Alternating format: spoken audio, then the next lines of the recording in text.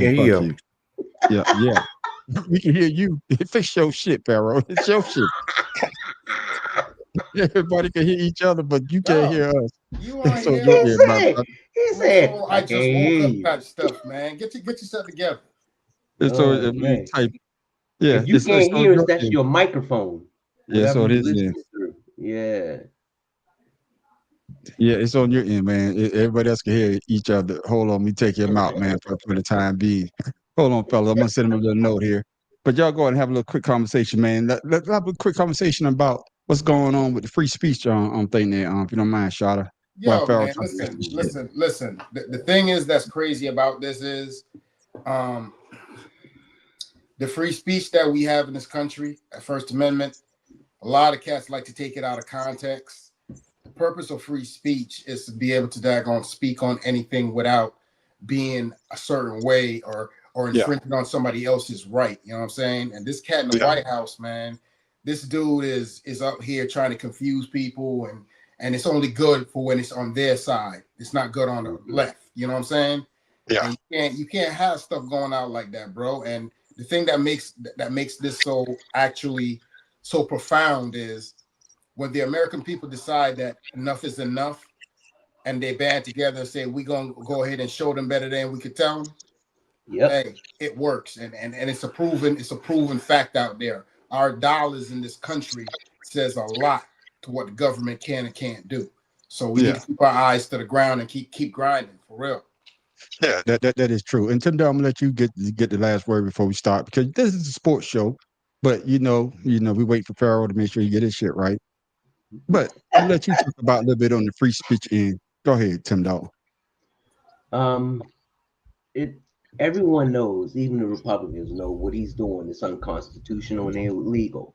But the Yeah, problem is you have to have those repugnantans, as a math professor would say, get the cojones to say something and do something. You had Ted Cruz on the news today talking about we need to stop all this divisiveness in politics. And his boss is the main one doing it. yeah, Facts. So, yeah, Facts. you can't call out the problem without calling out the person who's causing it. yeah. That is Everyone true. knows, all of them know, but the fear of retribution. Wait a minute.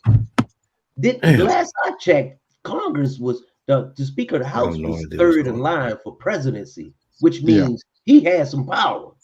yeah. That is true. Use that That shit. is true. That is true. Use your power, man. Pharaoh, can you hear us now? Yeah, I guess Pharaoh still can't hear us, but we can hear you. We can Man, hear you, but you can't hear us. man, you got to fix your microphone input, whatever it is. Yeah, Go to your yeah, your yeah, audio, and you got your yeah, yeah. speaker where you can hear us, but you got your mic where you can't. Well, he can't hear us. All you just said he can't hear you. We can hear him though. But hopefully Pharaoh will be able to get on, ladies and gentlemen. Let's go ahead and get this started, fellas, man. We gonna, yeah, if you don't know what's going on, your shit is fucked up. That's what's going on. Well, let's go ahead and get this Pay started, your man. bill. Pay Yeah, your bill. before we get into the meat and potatoes, man, let's talk about this, man. This guy, he abruptly say that he retired, and Michael Wilborn has something to say about it. But I want us to discuss Bruce Oh, Pearl and his retirement. Auburn men's basketball coach Bruce Pearl is stepping down effective immediately. Pearl just completed his 11th season on the Plains, leading Auburn to the second Final Four of his tenure there. He walks away as the winningest coach in Auburn history with 246 career victories, 3 SEC regular season titles, and 2 SEC Conference Tournament championships. Stephen Pearl, Bruce's 38-year-old son, will take over as interim coach with the regular season set to begin November 3rd against Bethune-Cookman. I'm coming to you first, shot man. Bruce Pearl, he abruptly retired. But the question I got to ask the panel is this: in your opinion, why did Bruce Pearl step down as head coach of Auburn? I, for me personally, I think he just had enough. But I've heard rumors and murmurs out there that he was trying to do a little switcheroo, kind of like the other Auburn fool that's in Congress now. What's his name? With the big ears, dude. I know you talk about yeah, yeah, Tillis. Not No, He used to be the that's coach not of the the thing. football team. He used to be the coach of Auburn. Yeah. I know you're talking about though. Yeah. Yeah, his idiot tail up Yeah. there in Congress saying dumb stuff and acting like he just was born out in the cornfield with no education. You know what I'm saying? Bruce Pearl, on the other hand, I think for him, because before he was at Auburn, he was at Tennessee. Yeah. You know what I'm saying? He was a really, really big deal at Tennessee, and he quit for a minute, and then he took the job at Auburn. But all of this mess about Wilbon celebrating his daggone retirement, I think it Hey, has can to you do me do. a favor, Shot? I want you to hold that thought. I want you to hold that thought. 'Cause I'm gonna play what. Well, I'm gonna play what Wilborn said. Okay, so everybody get a better understanding. Then I want you to respond once you play the clip. So, but I Understood. just want you to stay on the Bruce Pearl aspect if you can. Understood. So basically with him, I think he's just a matter of he's just tired. He's gotten to a point right now where his mind is split. You know, when somebody gets to a certain point in their career, they don't know if they want to retire or do another job. Yeah. I think he was there. And I think Yeah. that's where his retirement thing came into question. That's just me personally. I got you. What you got to say about that, Tim Dog? Bruce Pearl retiring. I really don't know, but it sounds like he being pressured for something, and he's trying to get out of town before the season begins, before all of the the stigma behind whatever's going on catch up to him, and he's trying not to embarrass probably the university by rolling out right now. Yeah, That's what it that is sounds like to true. me. I mean, the season about to begin, then all of a Yeah. sudden you up abruptly retire. Yeah. That's The things season right about- there. Yeah, and then they say that his son is basically going to be the head coach of Auburn there, Shotta. Yes, And this is the question I got to ask you. Why didn't Auburn or Bruce Pearl get any blowback with his son taking over the coaching job like LeBron did with the Lakers drafting Bronny? Because you ain't hearing nobody saying that nepotism with him becoming the head coach of Auburn. But we all heard everything when the Lakers drafted Bronny. What's your thought on that aspect? My thoughts is like this. Is anybody going to say anything about the Alomars, the Rivers, the freaking Clay Matthews family, Ed McCaffrey, Marvin Harrison Jr., Dale Earnhardt Jr., you know what I'm saying, the Holes, all these daggone pro athletes who have sons that play in the game, in the game. Nobody says anything about them and nepotism. But as soon as, like Stephen A. said, you know what I'm saying, with his daggone Candyland there, sometimes, you know what I'm saying, a kick dog can be right once a day. You know what I'm saying? Yeah. Look, nobody had no problem with it until LeBron did it with his daggone son, and all of a sudden it's a big deal. It's been going on for ages in the daggone in the sports world. It's been going on for ages, but it only happens when we have these outstanding black athletes go out there, and when they do this stuff with their son, then we have a problem with it. Bruce Pearl, the whole situation with Bruce Pearl is all about the political and politics, just like old girl on Fox was telling LeBron, shut up and dribble. You know what I'm saying? That's all part of it. It's the right versus the left.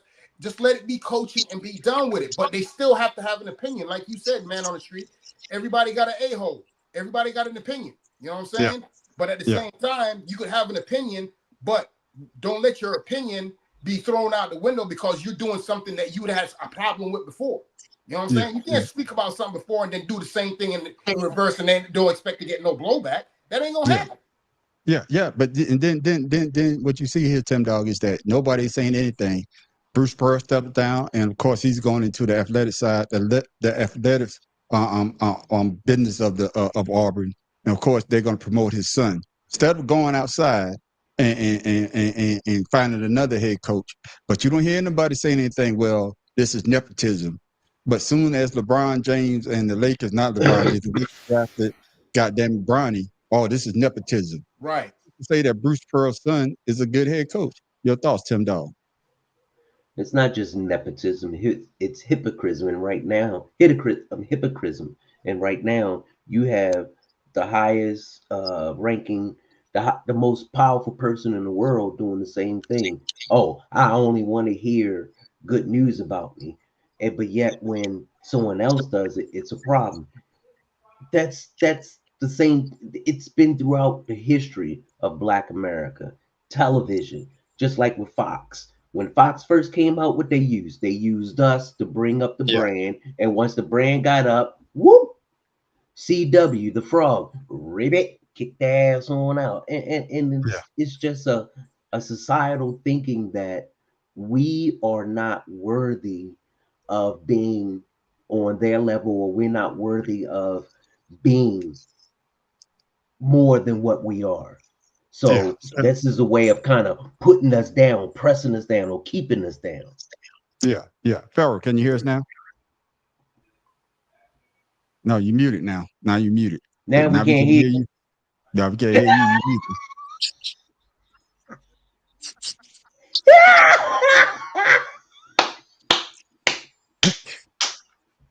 But now we can't hear you at all. Oh my God. Oh shit. Yeah, and You can't make that's this what- up. You can't make you it can't up. make it up, man. This why you know when you're live, you get stuff like this. But the ex-coach name is Tommy Tuberville. That's Tommy what I'm looking Tuberville, at. yeah. That's the ex-coach, man. That's his name. But when the ball's down to is, in my opinion, is that you didn't hear the blowback because he's one of the good old boys, and he Right. said exactly what they want to say.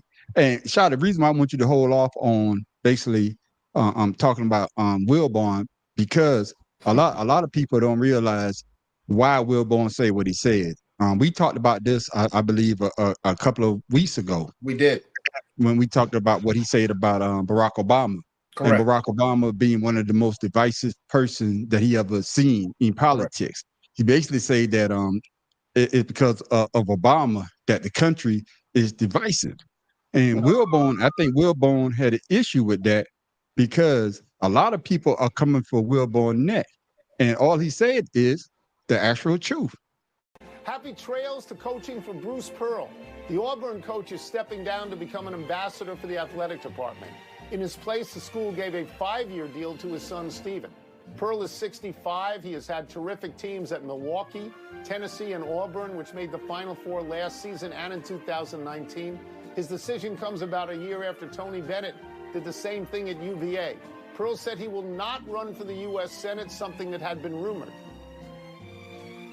Tony, he become a divisive person, it seems to me, intentionally, and I hope there was pressure to just get him out. Really? Yeah. I always liked him. He was such a great guest. Yeah, Used we're to. on the other side on him.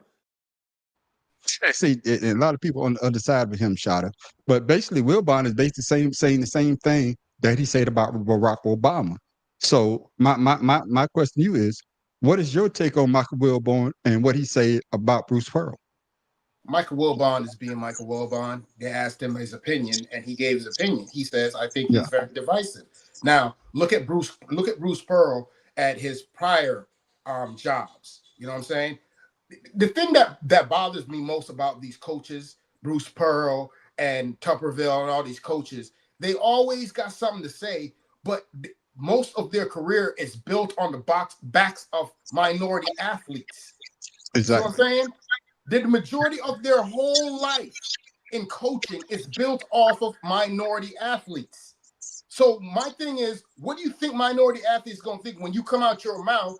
We can't say nothing. You just suspended freaking Jimmy Kimmel for saying something that wasn't even directly at the president, and you want to pull his stuff, and you come out here and say this stuff, and then all of a sudden, now we got a problem. No, man, that's not how things work, player. And I'm sorry, I'm a big fan of Auburn football and Auburn athletics, but right now Auburn is not looking real good because their track record looking terrible. They're looking terrible. Like people go to Auburn, all of a sudden, here come their daggone white sheets are coming over their heads, and they showing who they really are. So I don't know what's going on at Auburn, man. Might be something in the water. Yeah. What state is Auburn in? Yeah, Alabama. But what it boils down to, that's all you need to be said. But what it boils down to them dog is this though. A lot of people are basically saying that Wilborn stepped out of line, basically saying that Bruce Pearl became very divisive. And he's basically saying that, yeah, he is a Republican and he said what he said about Barack Obama. But my question to you, Tim Dog, is why can't Wilborn have the same opinion about Bruce Pearl? because Yo, am I Wilbon, on? Yes. Yeah. yeah, there you go. Man. Woo! We can see, hear, and smell your funky ass. Always Man, restart. I tell you what, I hate computers. That's all I'm gonna say. No, Always you restart. just dumb as hell. But go ahead, Tim. No. You the one wearing the North Carolina hat. I don't want to talk anymore about that. That, that doesn't make me dumb. That just makes me Yeah, it makes curious. you idiotic. So go ahead, Oh, Tim. yeah. No. Go ahead. Answer the Punk question that I ass. just asked you, though. No, Why is it that he can say what he want to say about Barack Obama being divisive, and nobody said anything really on their side of the aisle. But as soon as Wilbon say that, hey, he became a divisive person, not everybody's saying that Wilbon was wrong for saying that. the same reason why they won't say anything about Felon 47, the same reason why they won't say anything about the vice president leaving 9/11 ceremony to go over to carry the casket of Charlie Kirk. Now, had that been Barack Obama leaving the White House to go carry the casket of what's that, Deshaun Watson, the kid that got killed with the hoodie, what was his name? Sean. And Trayvon it would have been Trayvon Trayvon Martin. I apologize, Trayvon Martin. Thank you. And we have a situation because he said that could have been my son, and people were getting pissed off about that. So it just goes to show that the only divisiveness that we have right now in anything in America, it starts at the top. Yeah.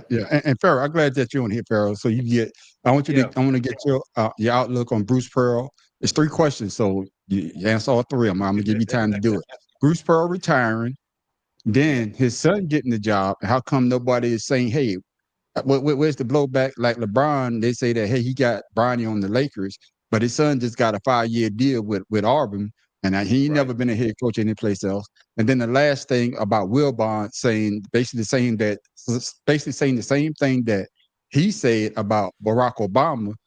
Wilbon say that he saw him becoming divisive, and everybody's up in arms about it. So, go. Right. Yeah. So the first one, Bruce Pearl. I think y'all probably touched on it, but he knows that his legacy is tainted because of his comments. About the Obama, Kamala Harris, how you want to say her name, and those things. I believe he realized that with them, probably he won't get the same type of players anymore because of his comments there.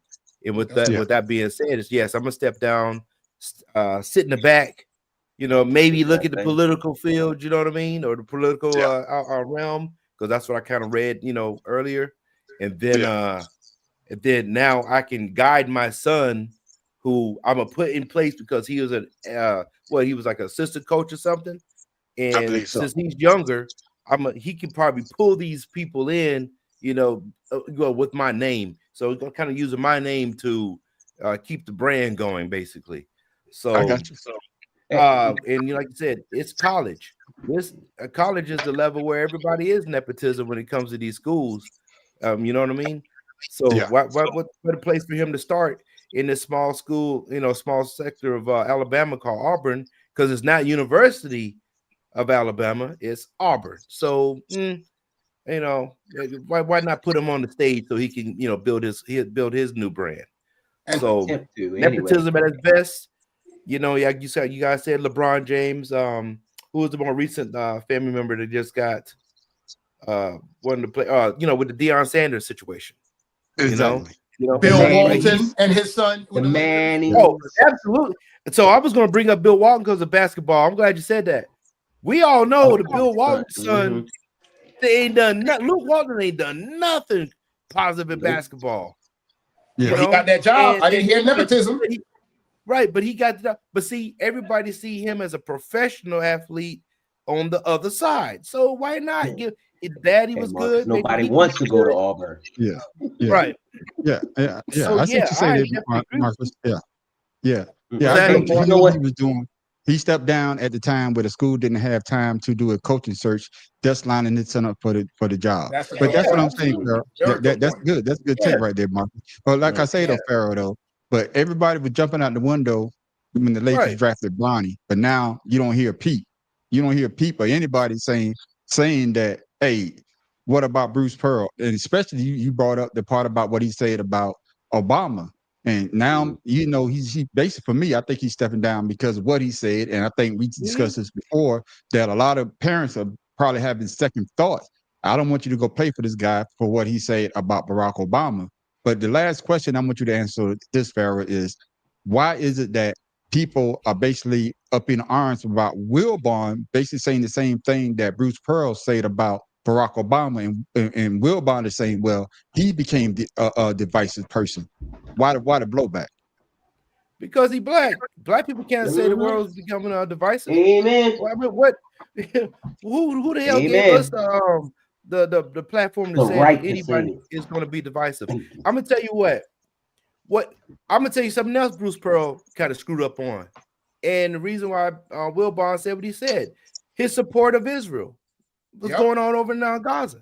That's true. Yeah. You supporting, what's happening. You're over here supporting what's happening in Gaza, but you're in charge of young black men. What type of guidance are you providing black men, especially when you say you can go own 10 instead of working at Subway, you go work at 10, you go own 10 Subways. Why can't be in politics like what you're trying to do? And you're not even from around here. So everything that Michael Wilbon has said, they don't want anybody over the United States saying anything negative, about the people.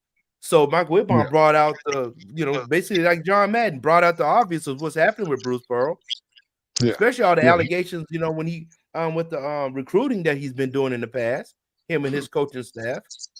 So Bruce Pearl has set himself up for failure.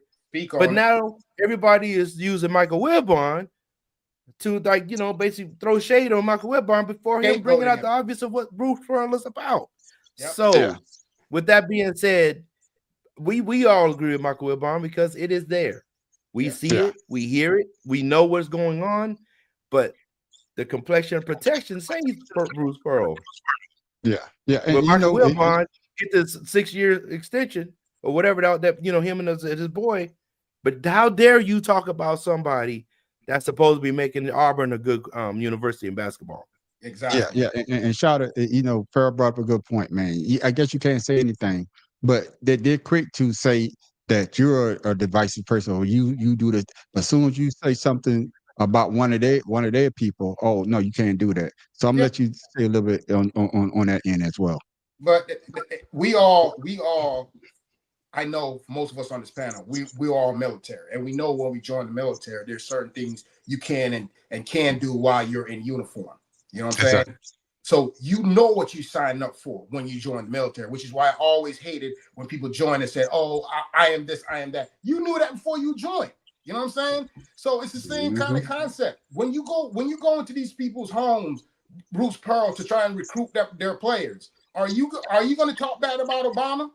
When you recruit them, are you when people ask you as a parent, when I ask you what's your outlook on black young men and young men in general in this country, what can you do for my son when he comes to play for your program? What you gonna say? I'm not an Obama supporter, but I'll give your son the best of everything. Come on, man. This is semantics. It's semantics. Oh, that's a good word. That's semantics word. Come on, man. Yeah. It is semantics, Tim Dog, and that's what I'm saying. It's just odd that you can say the same thing that he said, and you get the blowback that Wilbon is basically getting. And a lot of people are agreeing with Wilbon and basically saying he spoke the truth. And of course, like I tell people, when you talk politics and you tell your views, you got to live with what you said. Tim Dog, I'm gonna give you the final thoughts on this. Once again, who is ESPN owned by? Good point. So there's no surprise right there. Fact. And to me, if I was Jimmy Kimmel, I wouldn't have came back. I would have a lawsuit. You're not talking Jimmy Kimmel. We talking No, I'm just saying. No, I'm just saying as far as the brand, the network, the owners, Disney, ABC, ESPN, Hulu, all of them, and the company Nexstar that owns a lot of the television stations, who sit there and say that we turned him off because he said something. The man didn't say anything no worse than people out here in the world saying you were pressured everyone knows it, to do something, and you did. Now you're trying to clean it up. And Yeah. and there's no excuse for violating someone's Second Amendment right. First There Amendment is right. no excuse me. First, I'm saying First Amendment right. There's no excuse for anyone being denied a protest that's nonviolent just because they're speaking about something that you don't like. The True. president puts out there, I only want to hear good stuff about me. To me, that right there just shows what kind of country, these organizations, these corporations have the power to do, but scared to because of some political pressure. Yeah. If everyone band together, and you can do this. What did he say? To separate, sticks gonna break, but together we strong. Yep. Yeah, Tim, I understand what you're saying, but I understand what you're saying. You went off track a little bit. Yeah, That's why I I did. you went way off track because the question out, with Wilbon basically saying he works for Disney and they didn't say anything. But my question to you was, why is it that they want Wilbon to basically be quiet and don't say the same thing that Bruce Pearl said? Bruce Pearl, he the one that made that bed, so he has to lay in it. He has to lay in what he said, and that's why I say when you get into the political game, you got to watch what you say. And that's all it is. And if I was, I'll keep on saying it. Okay. I mean, what am I saying that's wrong?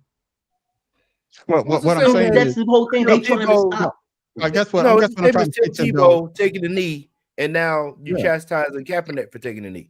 Yeah, I'm not saying that you're saying anything wrong, but I'm just trying to keep it on the person that we're talking about. We're going to talk about the Jimmy Kimmel situation at another time because we're going to go in depth on that part. But I'm just trying to keep it in the sports arena. That's what I'm saying. You understand what I'm saying? You have political pressure that's going into the sports arena.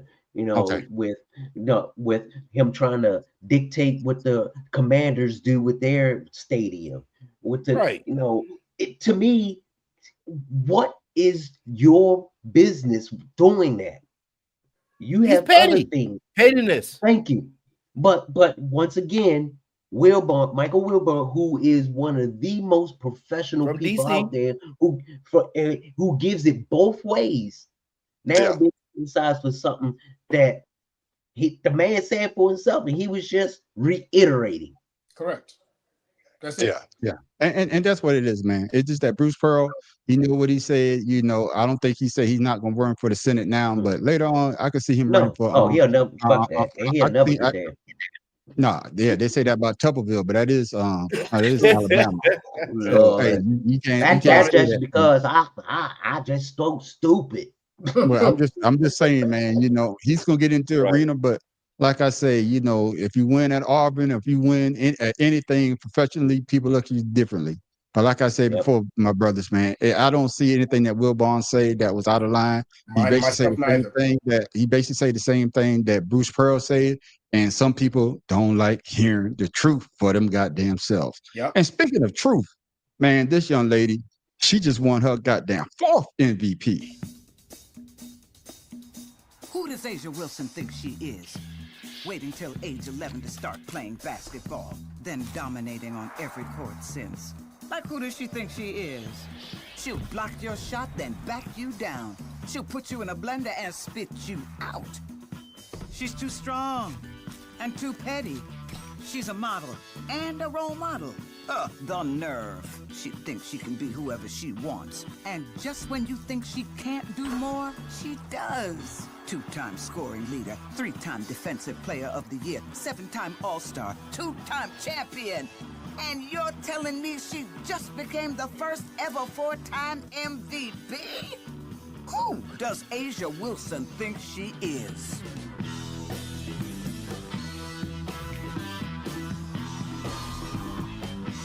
She is who she thinks she is. There it is, Shada, man. A'ja, who she is. Yes, First she time, is. 4-time MVP Lord have the mercy. league. But my question is because a lot of people basically say they don't know who the hell Asia Wilson is. Are they So idiots? why doesn't Asia Wilson get the love she deserves as the best WNBA player in the world and the first full-time MVP of the goddamn league? Charlotte. Because Asia Wilson came out at a time where America is ready to crown somebody else who's not even playing right now to that give them the crown. And the fact that she is the one out there doing it, Asia doesn't talk. She just go out in the court. You saw her in. If you didn't see her interview, she tell you, look, we went out there and we got, you know what I'm saying? We go to work. That's it. We just go to work. She's one of the few athletes, basketball players, that she don't use her mouth. She go out there and she prove it. If you talk trash her one game, best believe when you face her again, she gonna remember what you said. And that's how she's played ever since she's left South Carolina. She has not changed anything about her game. And all I gotta say is, look, man, if Bam Adebayo don't do nothing, he better not mess that up. Cause I'm telling you, boy, that's he got a real queen right there. She's a baller, certified. And we talk about this a little bit on Sunday on Pharaoh. We talked about the reason, and they're actually playing the Indiana Fever. It's tied 1-1. First game the Fevers got, and the second game they won last night. The Las Vegas. But why doesn't Asia Wilson get the love she deserves as the best WNBA player in the world and the first full-time MVP of the league? In your opinion, Pharaoh? Because Caitlin Clark took over as a player that everybody wants to succeed. Unfortunately for them, Asia Wilson had other plans. Plus, Asia Wilson sold out in 5 to 10 minutes when they came out the other day, last weekend, I believe. That's faster than LeBron James. I had to put that in there. No, that was Angel Reese. Oh, well, Wilson's shoe too. Yeah. Wilson too. Her shoe also sold out in 5 minutes. So, I mean, if you guys didn't know about that, that happened as well. So, and then the fact that she's a full-time never happened before. And there have been some great players in the WNBA before the young lady that they want to be the starter, Tim Dog. But Asia, just like Shada said, she just go out there and she plays a position. Even though I think she got brought for defensive player, it was a co-champion. I don't know. I don't like that coach shit. No. Give it to one or don't give it to the other. Yeah, I don't like that coach shit. But Tim Dog, the same question to you. Why doesn't Asia Wilson get the love she deserves as the best WNBA player in the world and the first full-time MVP of the league? Well, I kind of agree with what Shada said, as far as the timing of her coming out and, the expectations of the great white dope. I mean, we all know who she is. But to me, she reminds me of, what's her name? Tina Thompson. Yeah. Tina Thompson. The comics. Yeah. And Tina Thompson. And she was quiet, but she went on out there and did her job. And Tina Thompson was also instrumental off the court. But that was in the beginning of the WNBA. And a lot of people don't know anything about that only because, women during that time were recognized for their Olympic skills, being in the Olympics and stuff like so. Asia, she gonna get hers. And her peers know how she is. Because you can, Shada knows, in the WNBA, they respect her because they know what they're going to get when they play the aces. So, and to me, I think she's handling it well because she knows she's good. She doesn't have to sit out there and be braggadocious about it. Right. And she just go out there and do her game. And she's very humble. Very humble. That's why I said she remind me of Tina Thompson. Yeah. And coming back to you, Pharaoh. Coming back to you, and the odd thing is that they're playing the Fever right now, and the Fever actually won the first game without the Great White Hope, Caitlin Clark. That just shows that the team is better without Clark at this point, and that just shows the dominance of Asia last night because she played like shit that first game, but last night, man, I forgot how many points she had. She dominated.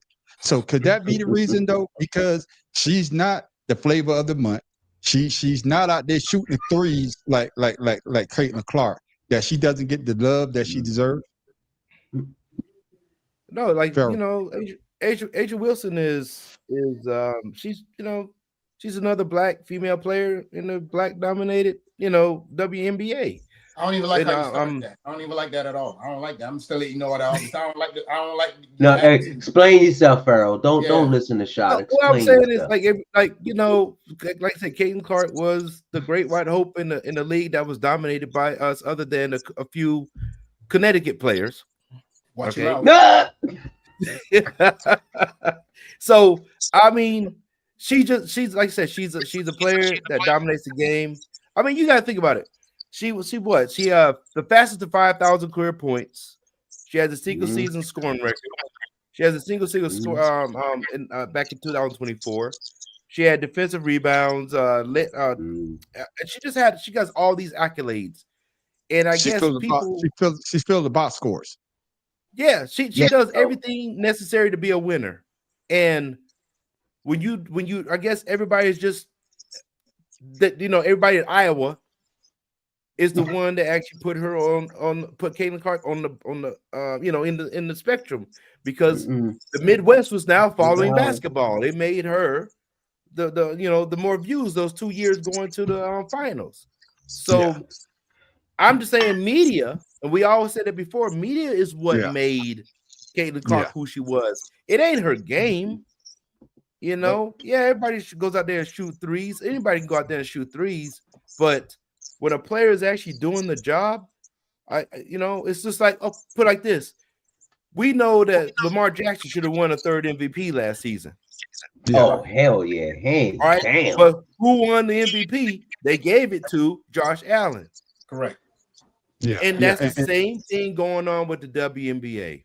Yeah, and then Shot, I'm gonna let you get the final take on this, because of the fact that we see what A'ja does on the floor. She's out there actually balling. Off the floor, she's doing great things as well.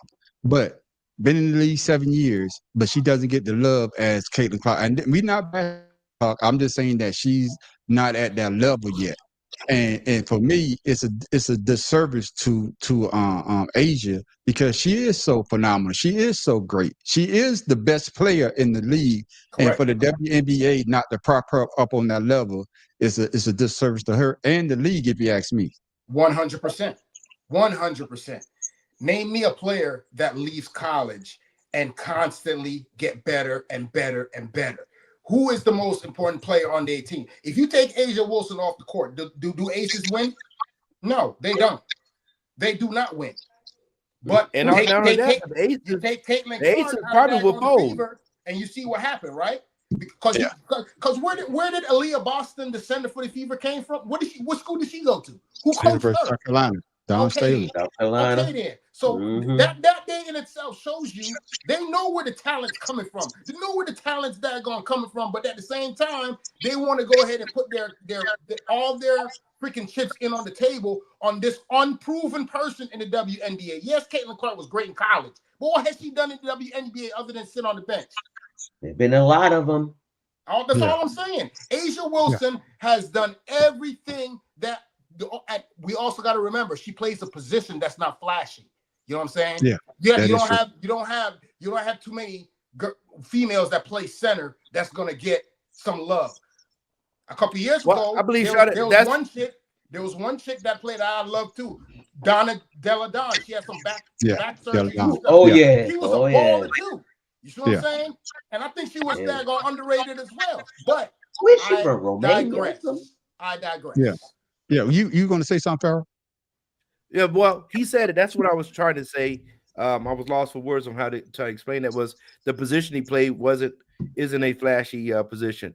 Only Shaq made the center position what it was, really. True. The flashiness, the dominant, force that he was. Not saying that other centers wasn't great. I'm just saying the way Shaq played it, he made it look cool.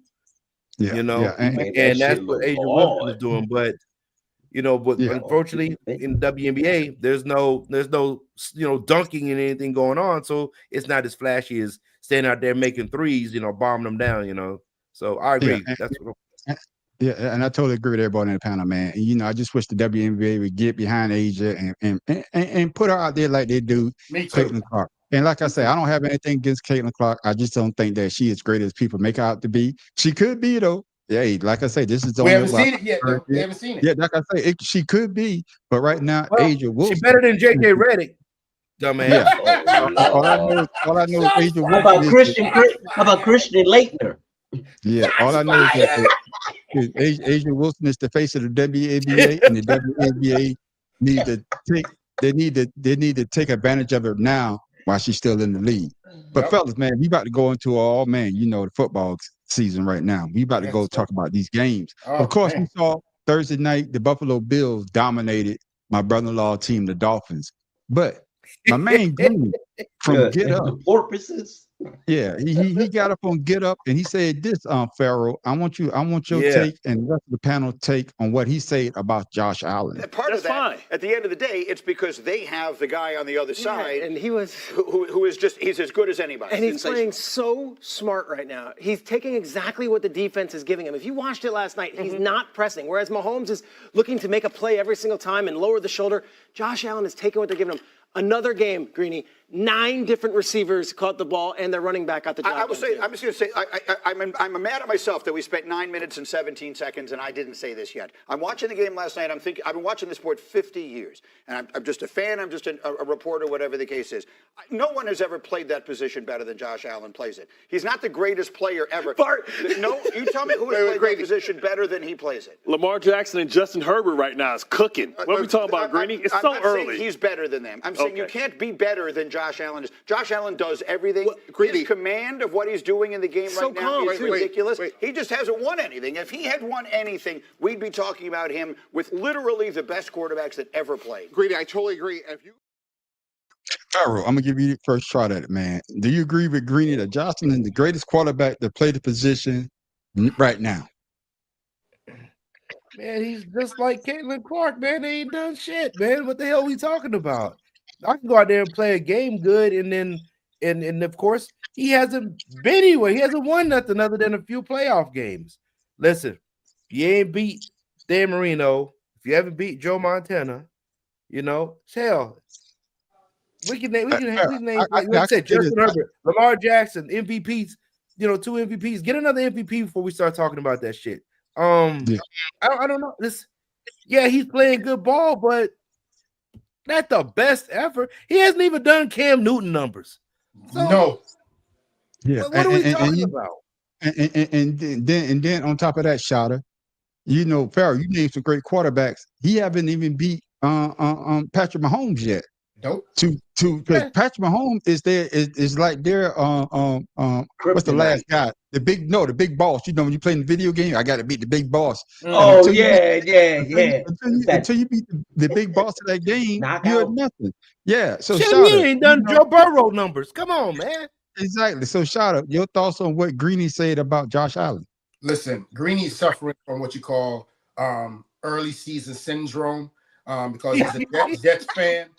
He's a Jets fan, and he's been suffering from Aaron Rodgers syndrome and all this other type stuff. So you got to go ahead. First of all, you got to give Greeny some grace because for years I've been watching him, and he just constantly gets up on that show, and the Jets, and then the Jets just disappoint him. So he's just gonna jump on whatever bandwagon that comes along in his conference. Look, Josh Allen is a good quarterback. We're not gonna say that he's not a good quarterback. But the fact of the matter, him coming out saying that he plays the position better than anybody. Are you freaking kidding me? Hey, first of all, he ain't done shit Jim Kelly has done yet. So what are we talking about? That's his franchise. The Bills went to 4 straight Super Bowls. Right. Yeah. So he ain't even been to one championship yet. So are you telling me?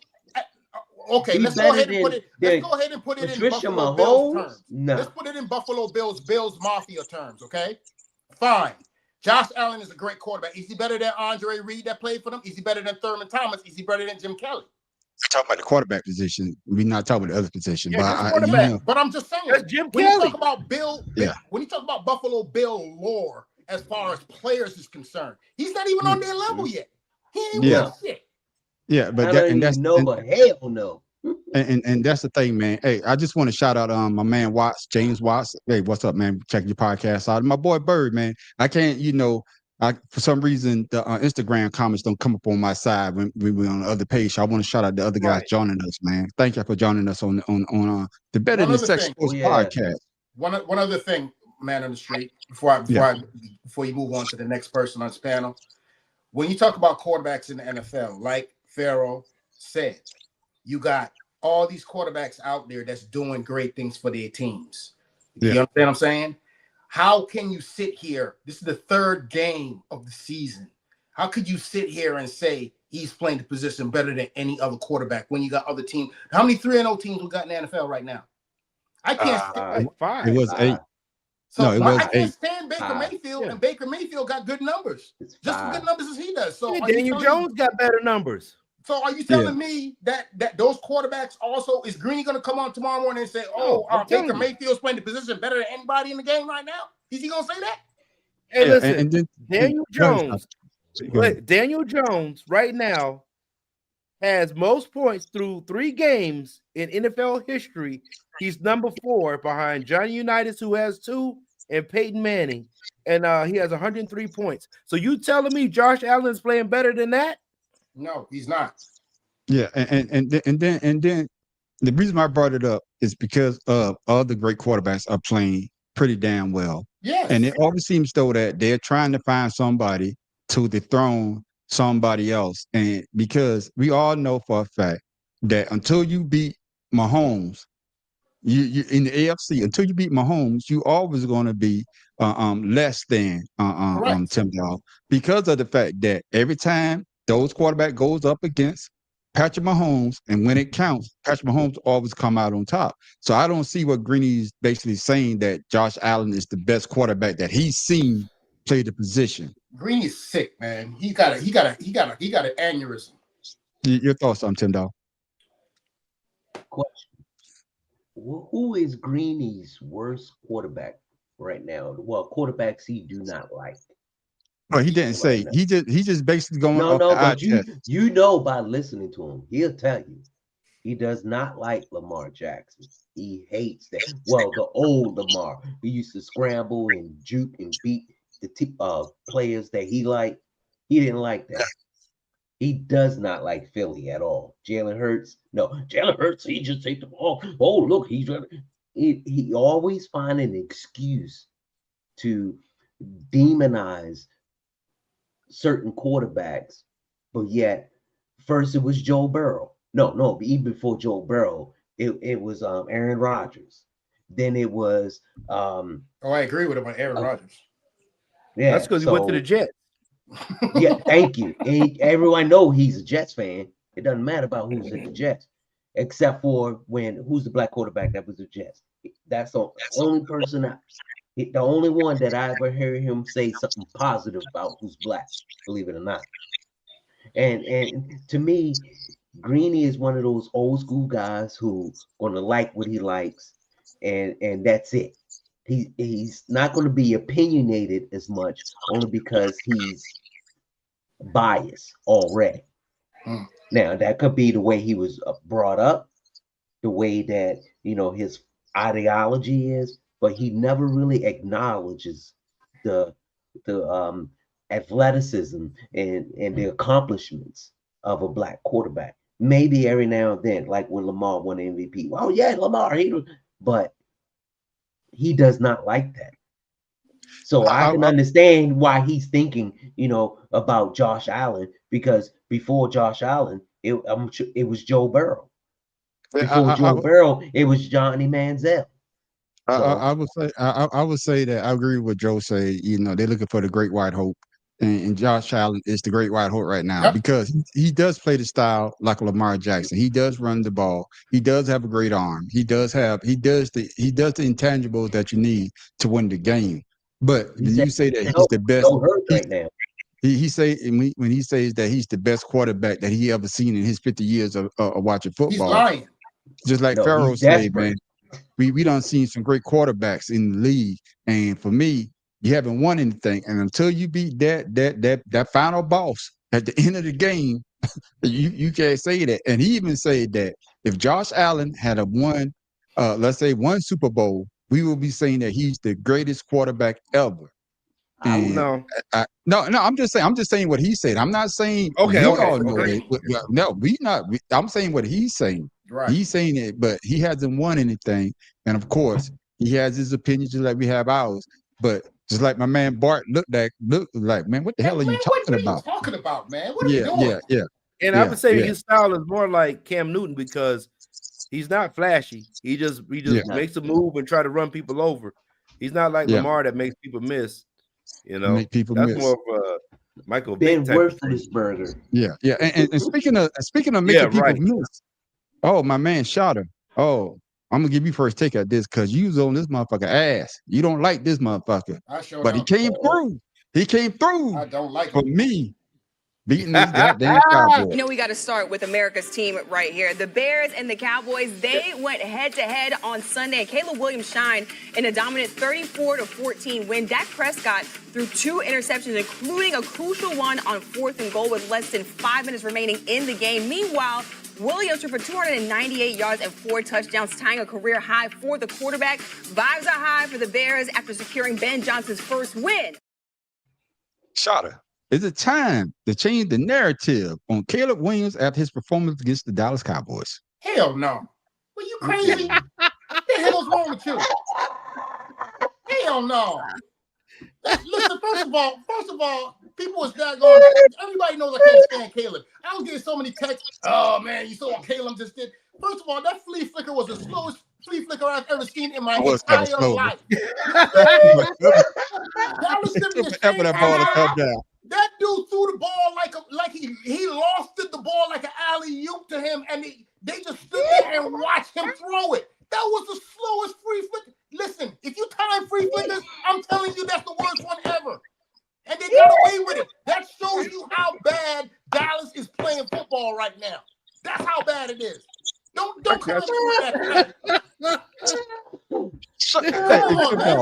Tim Dog. All right, we all know how Shotter feels about main man Caleb. But in your opinion, is it time for us to change the narrative on Caleb Williams after the performance he put against America's Dallas Cowboys? Dallas Cowboys. Man, I tell you what, a broke clock is right at least 2 times a day. So, because not only no, but I agree with Shotter. Hell the fuck no. Shit. Caleb Williams, boy, come on now. That right there is just Dallas missing Micah Parsons. That's all it is. That right there on the defense. That's all it is. They had no pressure on the quarterback. That flea flicker, my wife could have daggone tackle Caleb Williams on that flea flicker. No, what happened on the flea flicker when it happened? Dallas was like, man, that's a slow ass flea flicker. Yeah, slow flea flicker. Look at that motherfucker arch up in the air. Okay, man. I guess you're gonna be the person of reasonings on this topic. Is it time for us to change the narrative on Caleb Williams after his performance against the Dallas Cowboys? Think Johnny Manziel. Don't lie, Craig. Listen, man. Dallas Cowgirls, as Joseph said, their defense is trash. He's in the profession now. I mean, in the league now, where you have to be professional, and you're supposed to be able to make these throws. He looked damn good. He looked really good. But once again, Dallas Dallas sucks. Dallas need to go ahead and take the season and try to get some defensive players because we don't know who the hell's on the defense now. I can't name one defensive player other than Diggs, and he never was a top. Deron Bland. Bland Davis. He had one where everybody was throwing to him, and he just happened to be in position to get an interception. He didn't earn those interceptions. The ball was thrown to him. No, that was Diggs. No, that was Diggs. both of them. Stephon. Yeah. That was both of them, as far as I'm concerned, because they're the Cowgirls. So I really don't care. One of the things that Dallas suffers from is people always think because you go to Dallas and you have a little bit of talent, that means that you're automatically. They crown Diggs some kind of daggone big time defensive back before he even earned it. That's why he sucks. That's why he sucks. Everybody on that team sucks. But that's what I'm saying. Anybody that goes to wear the star that has talent is supposed to be taking the Cowboys to the Super Bowl. We know that. Yeah. We know that because the fans get tattoos every season saying they're going to the Super Bowl. We know that. And Tim Dog, I think you brought it up, Tim Dog. I think you all brought it up about the defense. This is what Jerry Jones had to say about his Cowboys. The bigger story is, okay, Dallas, we have to find some type of solution in the defensive front. Okay, Look at that. We have not had any sacks in that game. No rush whatsoever. And on top of that, we have doggone defensive coverage mishaps. I mean, those are things that's already things that's going against you. And on top of that, the offense is turning the ball over. That's not a recipe for winning. Let's transition to the Cowboys side of things on a macro level. Owner Jerry Jones was asked if he feels like Dallas is still a playoff team based off of what he saw this week. Let's hear what he had to say. Is this a playoff caliber team? What, Cowboys? Yes. I'm going to tell you, yes. And it's because you saw number 4 out there today, and you saw what I think we're capable of doing in the running game, or that type deal. So, yes, I fully dare. Now, we've got to, as we evolve toward the playoffs, we've got to get better defensively, certainly. Tim Dog, I'm giving you first shot. Do you agree with what Jerry Jones said about his Cowboys? Man, he gonna say yes regardless. They 0-15. Yeah, we can make it. Man, I'm sorry. Cam Newton looked like the Mad Hatter. Shut up, man. Let's get back to my question, man. Do you agree with what Jerry Jones said about his Cowboys and the question of them being a playoff team? No, I don't agree with Jerry Jones. And anybody that knows him and watches football and loves football the way we love football knows that Jerry Jones is doing what he's supposed to say. That's his team. Yeah, he's supposed to come out of his mouth and say that. But we all even know if they 0-15, well, he got to say it. First of all, let's break the game down. Understand? Dak Prescott in that game, number one, he lost CeeDee Lamb. He's gone for 3 to 4 weeks. Yeah. So now that makes George Pickens their number one receiver, right? Yeah. So if your running game is already hurting and George Pickens is not in daggone doing that much because he's on one of my fantasy teams and he ain't giving me that good of numbers. So now you're going to elevate him to the number one guy with your main guy gone. Dak Prescott's already had his issues and then your defense is struggling. Come on, man. This is not rocket science. This is NFL football. Don't forget the tight end. What's the tight end? Can I say this? Can I say this? Yes, sir. The only caveat I would say that their running game looked pretty good. Number 33 is running the ball pretty well. He's playing lights out. Dak made some bad mistakes, but it's the defense that's giving up the draws more than any damn thing. Because I think that Dallas has given out of all the teams, Dallas has given up more plays over 20 yards passing than any other team in the league. So their defense is atrocious. Correct. But my thing is, I will take that hit. But at the same time, we also know we have situational football and we have complementary football. You understand what I'm saying? Yeah. And my thing is, if your offense is going out there and doing something, but your defense can't stop something, what's going to happen in the locker room? Yeah. That is true. Y'all need to pick y'all shit up. Come on, man. We can't carry y'all all day. Yeah, that is true. That's that all is I'm true. saying. Yeah, I agree with you. But Farrell, your thoughts on what Jerry Jones says, man? Man, Jerry Jones just knows that he screwed up on a deal with letting Michael Parsons go to the Packers. Yep. And he's trying to cover face about what's happening. And yeah, number 4 looked good. You know, I would say Dak Prescott has been throwing a good ball, but his receivers can't seem to catch the balls that's thrown. So, now they're out of what's his name? 88. Yeah, CeeDee Lamb. CeeDee Lamb. 4 weeks, yeah. Yeah, CeeDee Lamb. He's out for at least 3 to 4 weeks. You know, if he's possible when we come back to week 8 or something like that. So I don't see any playoff hopes. I don't know what he's seeing, but you know, the scene of the matter for me is when CeeDee Lamb got hurt, why you got him running like a running back? Motherfucker, yeah, that was a dumb play to me, but that he got hurt on. Why? Yeah, and then I agree with y'all, like you say, Farrell and Shotta and Tim Dog, that the Cowboys, yeah, Jerry Jones supposed to say that, but your defense is atrocious, and if you don't get any better, especially on the back end, we're gonna be talking more about the Cowboys and the cowgirls crying on Facebook, Instagram, TikTok. I love it. Oh, I love it. You got to say something, Farrell? The Cowboys are ranked number 30. They're giving up 400 yards of freaking game on defense. So Damn. That's the average. They've given up 400 yards in 3 weeks. They're number 30, and pass defense is hell. So if that's a playoff team, I like to see.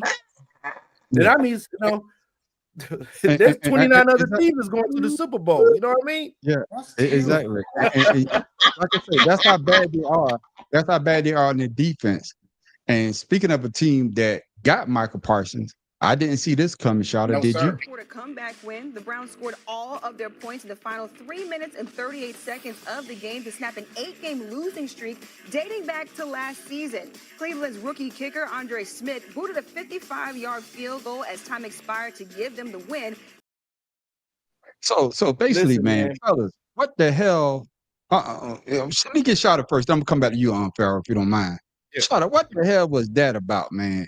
That was And about they went into this- that game on the But this is the estimating question. Though, but this is the question right here. I got to ask: do you see the Packers after losing to the Browns as contenders or a bunch of goddamn frauds?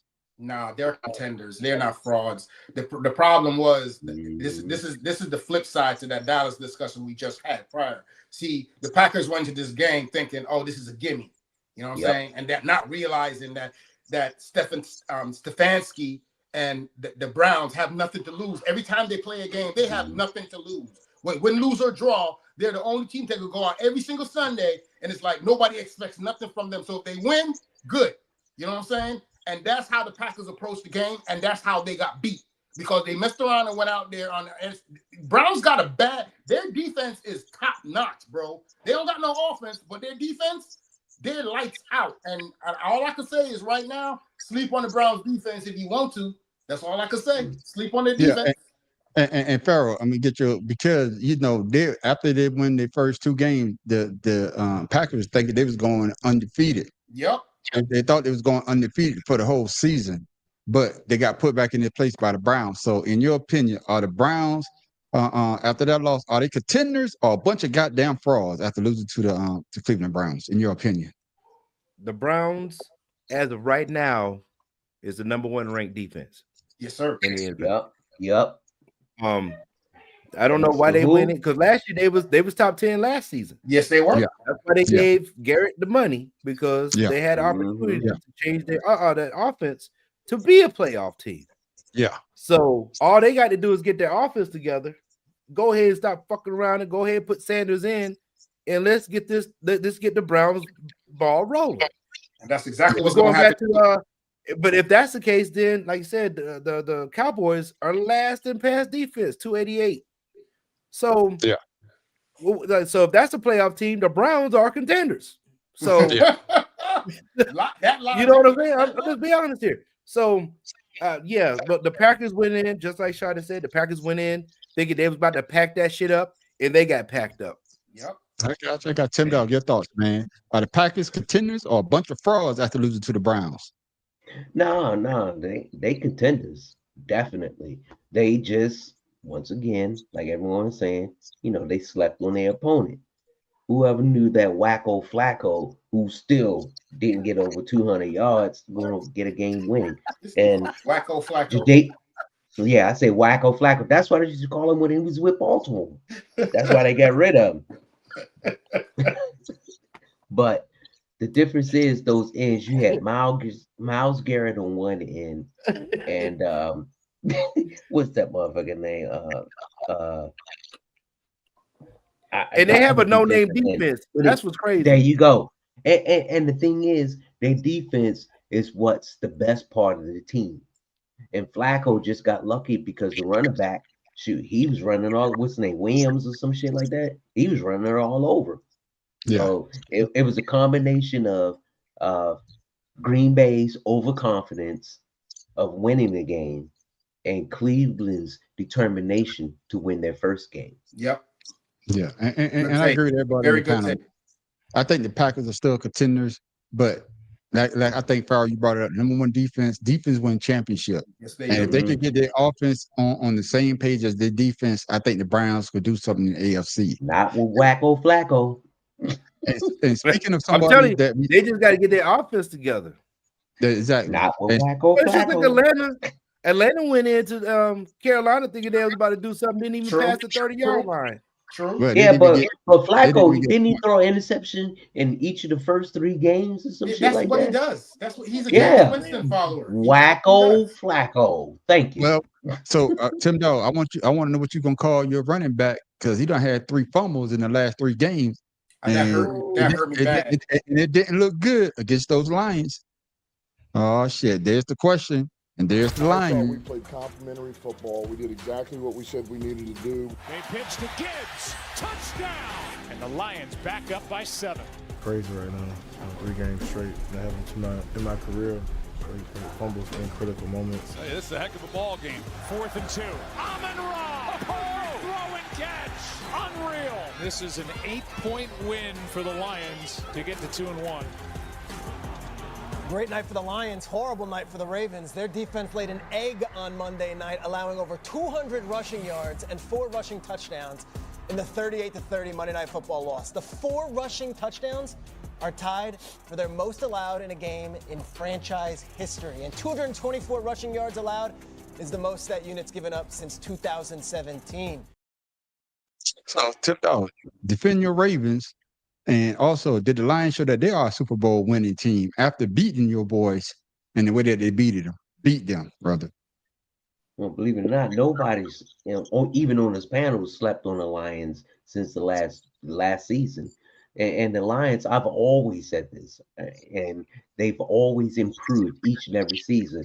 Even here in Baltimore, no one expected that Baltimore would fold, but everyone expected for Detroit to play like they did. The running game, them young rookies on the ends, the guard and the tackles, man. Lights out. Dumb young boys, they earned their money. Earned it because they didn't get 1 sack that night. And everybody knows that's what Baltimore is known for. And on the flip side, the offense, whoever calling the plays, they're not allowing Lamar to be. That'll be the head coach. That'll be the head coach. Because instead of spreading the offense out to allow running lanes, everybody's bunched in, whereas the patterns go in and out, and Lamar just don't have those lanes of running like he used to. And at the same time, Lamar, he's trying to prove everyone wrong that he's a pocket passer. And for the last 2 seasons, he's proved that. In his mind, he has to decide when it's time to run, when it's time to hold the ball. Because those sacks could have been preventable. Well, maybe the majority of them, not all of them, but they could have been preventable. Yeah, and then on top of that, Pharaoh, after seeing the Lions, and after seeing that, the Ravens had the lead, and basically they folded 3 times in three games, and you could say one of arguably the best running back in the game has fumbled the ball, and not saying that the Ravens couldn't overcome that, but fumbled the ball at the wrong time. So, are the Lions, in your opinion, a Super Bowl winning team? They're a Super Bowl contending team. I won't say winning yet. Well, like I said, the Ravens. You saw that in the clip. Derrick Henry fumbled, even trying to sit down on the goddamn on the bench. So fumbled on the bench. Fumbled on the bench. So disrespectful. So disrespectful. I mean, you gotta look at it before his fumbleitis hit. You remember what was that movie with Omar Epps was the running back, and they made sure that he had to hold that baby, football. the program. They need to go back to that type of training because the ref had to pry the ball out of Omar Epps' hands in the program. So he never let that motherfucker go. Yeah, 2 fumbles and 259 carries. Now lately he's had 2 fumbles and 10 carries. He need to learn to hold on to that damn rock because he's too damn big and strong to be getting the shit punched out from behind like we've been watching. This shit is ridiculous.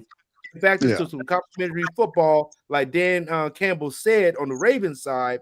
Get the damn receivers. You got DeAndre Hopkins on one side and Trey Flowers. You tell me the whole game they had 3 goddamn catches together? You mean Zay, not Trey, whatever his Zay. name is, Flowers. At least I got that part right. You got Mark Andrews. He got his 2 touchdowns, but you're not. And he was the leading receiver. You know, Mm-hmm. let's get back to football. Yeah, and then shout out on top of that, the Lions showed their tenacity because after that first game, I kind of counted them out because they lost both of their goddamn offense and defensive coordinators. So they came back strong against a great team with the Ravens. So how do you look at the Lions being contenders, and how do you look at the Ravens now after losing back to back? Because they struggled against the damn they blew the Browns out, didn't they? They blew the Browns out. But they're not playing complementary football like Tim Dahl said earlier. Your thoughts? No, they're not. And the problem with the Ravens, I'm going to go out on a limb and say this, is Harbaugh. Harbaugh is the problem. Here's we why. agreed to that last season. Here's why Harbaugh is the problem. Hold on, Shout Out, because you brought up my next take, because you're not the only one that said that. It's the 16th game where they've lost after having a lead of a touchdown or more in the second half since 2020. It's an embarrassment. What that stat tells me is no lead is safe with the Baltimore Ravens. And how is that not a reflection on John Harbaugh? Let me be clear about this aspect of it. I'm not saying that John Harbaugh is not a good coach. I think he's one of the finest coaches in the NFL. I do question whether or not this group of men can get to where they want to go with John Harbaugh leading them. There you go, Shout. He's absolutely 130% correct. They cannot think about the talent, because I'm one of those few people that picked the Ravens to go to the Super Bowl. On paper, they are the best team in the NFL when you look at them from top to bottom. But the problem is the play calling.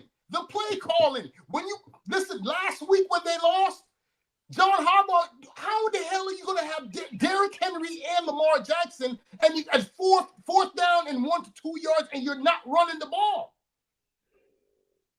Derrick Henry has become complacent on that team. You know why? Because they have all that talent around him, and he thinks once he gets through that first wave, he's got nothing but open field, and he's forgetting that other teams are trying to beat them. They've gotten complacent, and that is all because of coaching. Dan Campbell is one of the few coaches in the NFL. He stuck to what he said. We're going to bite them going all the way down to the ground. Their kneecaps, their ankles, everything, and his team plays like it. The Baltimore Ravens go into games, and I can see it even with Lamar and how they warm up. Oh, this is just another game for us. We just going to go ahead and give Henry the ball. And then Lamar's in the pocket dancing around, looking for a running. Dude, listen, send the play in, let the play happen. Lamar is talented, but talent can only get you so far, because guess what? There's 31 other teams in the league trying to beat you, and they game plan for you every single week. If you're not seeing that, bro, as a coach, you have lost the attention of your football team. They need a coach to come in there and punch them in the mouth and shake up that damn locker room. This is ridiculous, man. John Harbaugh's been with his team. Listen, Ray Lewis and all these cats and Suggs and all these. This is not the same Baltimore Ravens defense. The league has changed, bro. You're gonna have to change. You have to, just like with everybody else we've been saying in freaking daggone football, the NCAA. Daggone these coaches that's not going to the daggone the portal and using it to their advantage. John Harbaugh is not daggone going out there and catching up with the league and using that fourth down with the power that he has. He keeps coming out and his defense is going to save him.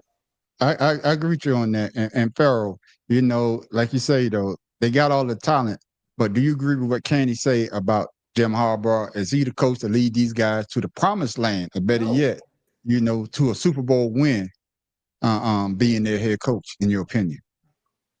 Well, we said the last two seasons when the Ravens, they were supposed to beat the doggone what was the year? Bills. Did they lose to? They lost to the Bills. They lost to Kansas City at home. Right, they lost to Kansas City and they lost to the Bills on the road, right? Yep. Yeah. Right, and they were the better team on both of those going into those games. They were the better team, but we found out that Lamar Jackson wanted to play like Patrick Mahomes when he played Kansas City. Then he tried to do the same thing with Josh Allen and be a passer instead of just playing your game that got you to that championship. And I believe it was Harbaugh's fault for calling the wrong plays to try to make Lamar Jackson either mimic one of the two quarterbacks. With that being said, their defense was not playing well either, because when they got rid of Patrick Queen, that defense fell apart. Yep. So I would say that Lamar Jackson is his own worst enemy when he gets on that field. I see him on the sideline shaking his head, trying to get his hair looking good, than rather to keep his head in the game and play fucking football. Because like Tim Dog said, out of 7 sacks, I'm going to say at least 5 of those, he had opportunity to run, but he's too busy looking downfield trying to make plays. And of course, nothing happened, nothing transpired, and he ends up getting sacked or a tackle for loss because he's dancing around. Let's play the game, Ravens. The team that we know, let's play the game, because we're here, we're rooting for you, but you're not giving us any type of results. And pretty soon, you're going to start losing some fans. Yeah, and so Tim Dog. No, nothing against Detroit, people, because Detroit is a playoff team. They went to the championship game last year. We just Washington had to play a depleted Lions defense. We all know that, so it doesn't really matter. But Tim Dog, my question is that, you know, everybody's basically saying that Harbaugh is a good coach, but he may not be the one that leads this team. This team to a championship. Your thoughts? You know, I kind of agree with Joe. Whereas, you know, the offensive coordinator, the offense has a lot to say in what the coach and what plays the coach call, based upon, you know, his game plan, his method, or whatever the case may be. But Harbaugh, he has the right to override that and call his own. He knows what Lamar can do. And in Lamar's defense, he's had 3 different offensive coordinators in 4 years. This is the 2nd year for this one. So to me, it's just like Shada said earlier, it's the play calling. They're not calling the right plays. They're not, extenuating I'm not extenuating, but they're not exposing, Lamar's advantages. Instead, they're holding them back. I got you. Wait a minute. The last 2 seasons, Lamar was what? He was like 2nd or 3rd in the league. No, excuse me, 3rd or 4th in the league in rushing. Come on, as a quarterback. Now, he's not that person anymore. And Tim Dog, things that make him good, they're not doing. Tim Dog, when are you going to take responsibility for your actions on the field? We're blaming Harbaugh. Oh, yeah. Right? No. But I'm not blaming Harbaugh. Like I'm blaming Lewis. him and the offensive coordinator. Ray Lewis, look, you think about it. Everybody's gunning for him because they know how he is. So every time he carries the ball, everyone's swinging. And over time, you think about it. But over time, you get hit in that tricep and them biceps. You're going to get sore and you're going to get tired. And what's going to happen is your arm is not going to be as strong. But eventually throughout the game, when he's conditioned, I'm just saying that's just what happened to Derrick Henry. We're talking and he about made no excuse for it. No, we talk about the head coach. We're talking about when is the team going to take responsibility for the actions on the field? They've lost leads. That means, like I was saying, Ray Lewis would say, "You give me 10 points, we'll take care of the rest." Where is that on the defense to keep those leads? Yep. Yeah. Right now, you got Harbaugh. We don't have that defense. Who is the longest tenure? The first 2 longest tenure quarterbacks in the NFL. Quarterbacks. Mike Tomlin, and Harbaugh. You say quarterback. Yeah. Excuse me. Head coaches. I ain't mean quarterback, but head coaches. Mike Tomlin and Harbaugh. Now, right now, they are like gods, where they can do and say anything they want to the owners, and the owner's going to listen to them. And instead of the owner saying, you know what, your time has passed, let's move on, they're going to give them the benefit of the doubt because of past, accomplishments. Success. I get it. I'm gonna get the Mad Professor. Mad Professor, we talking about, of course, the Lions giving up, Lions winning.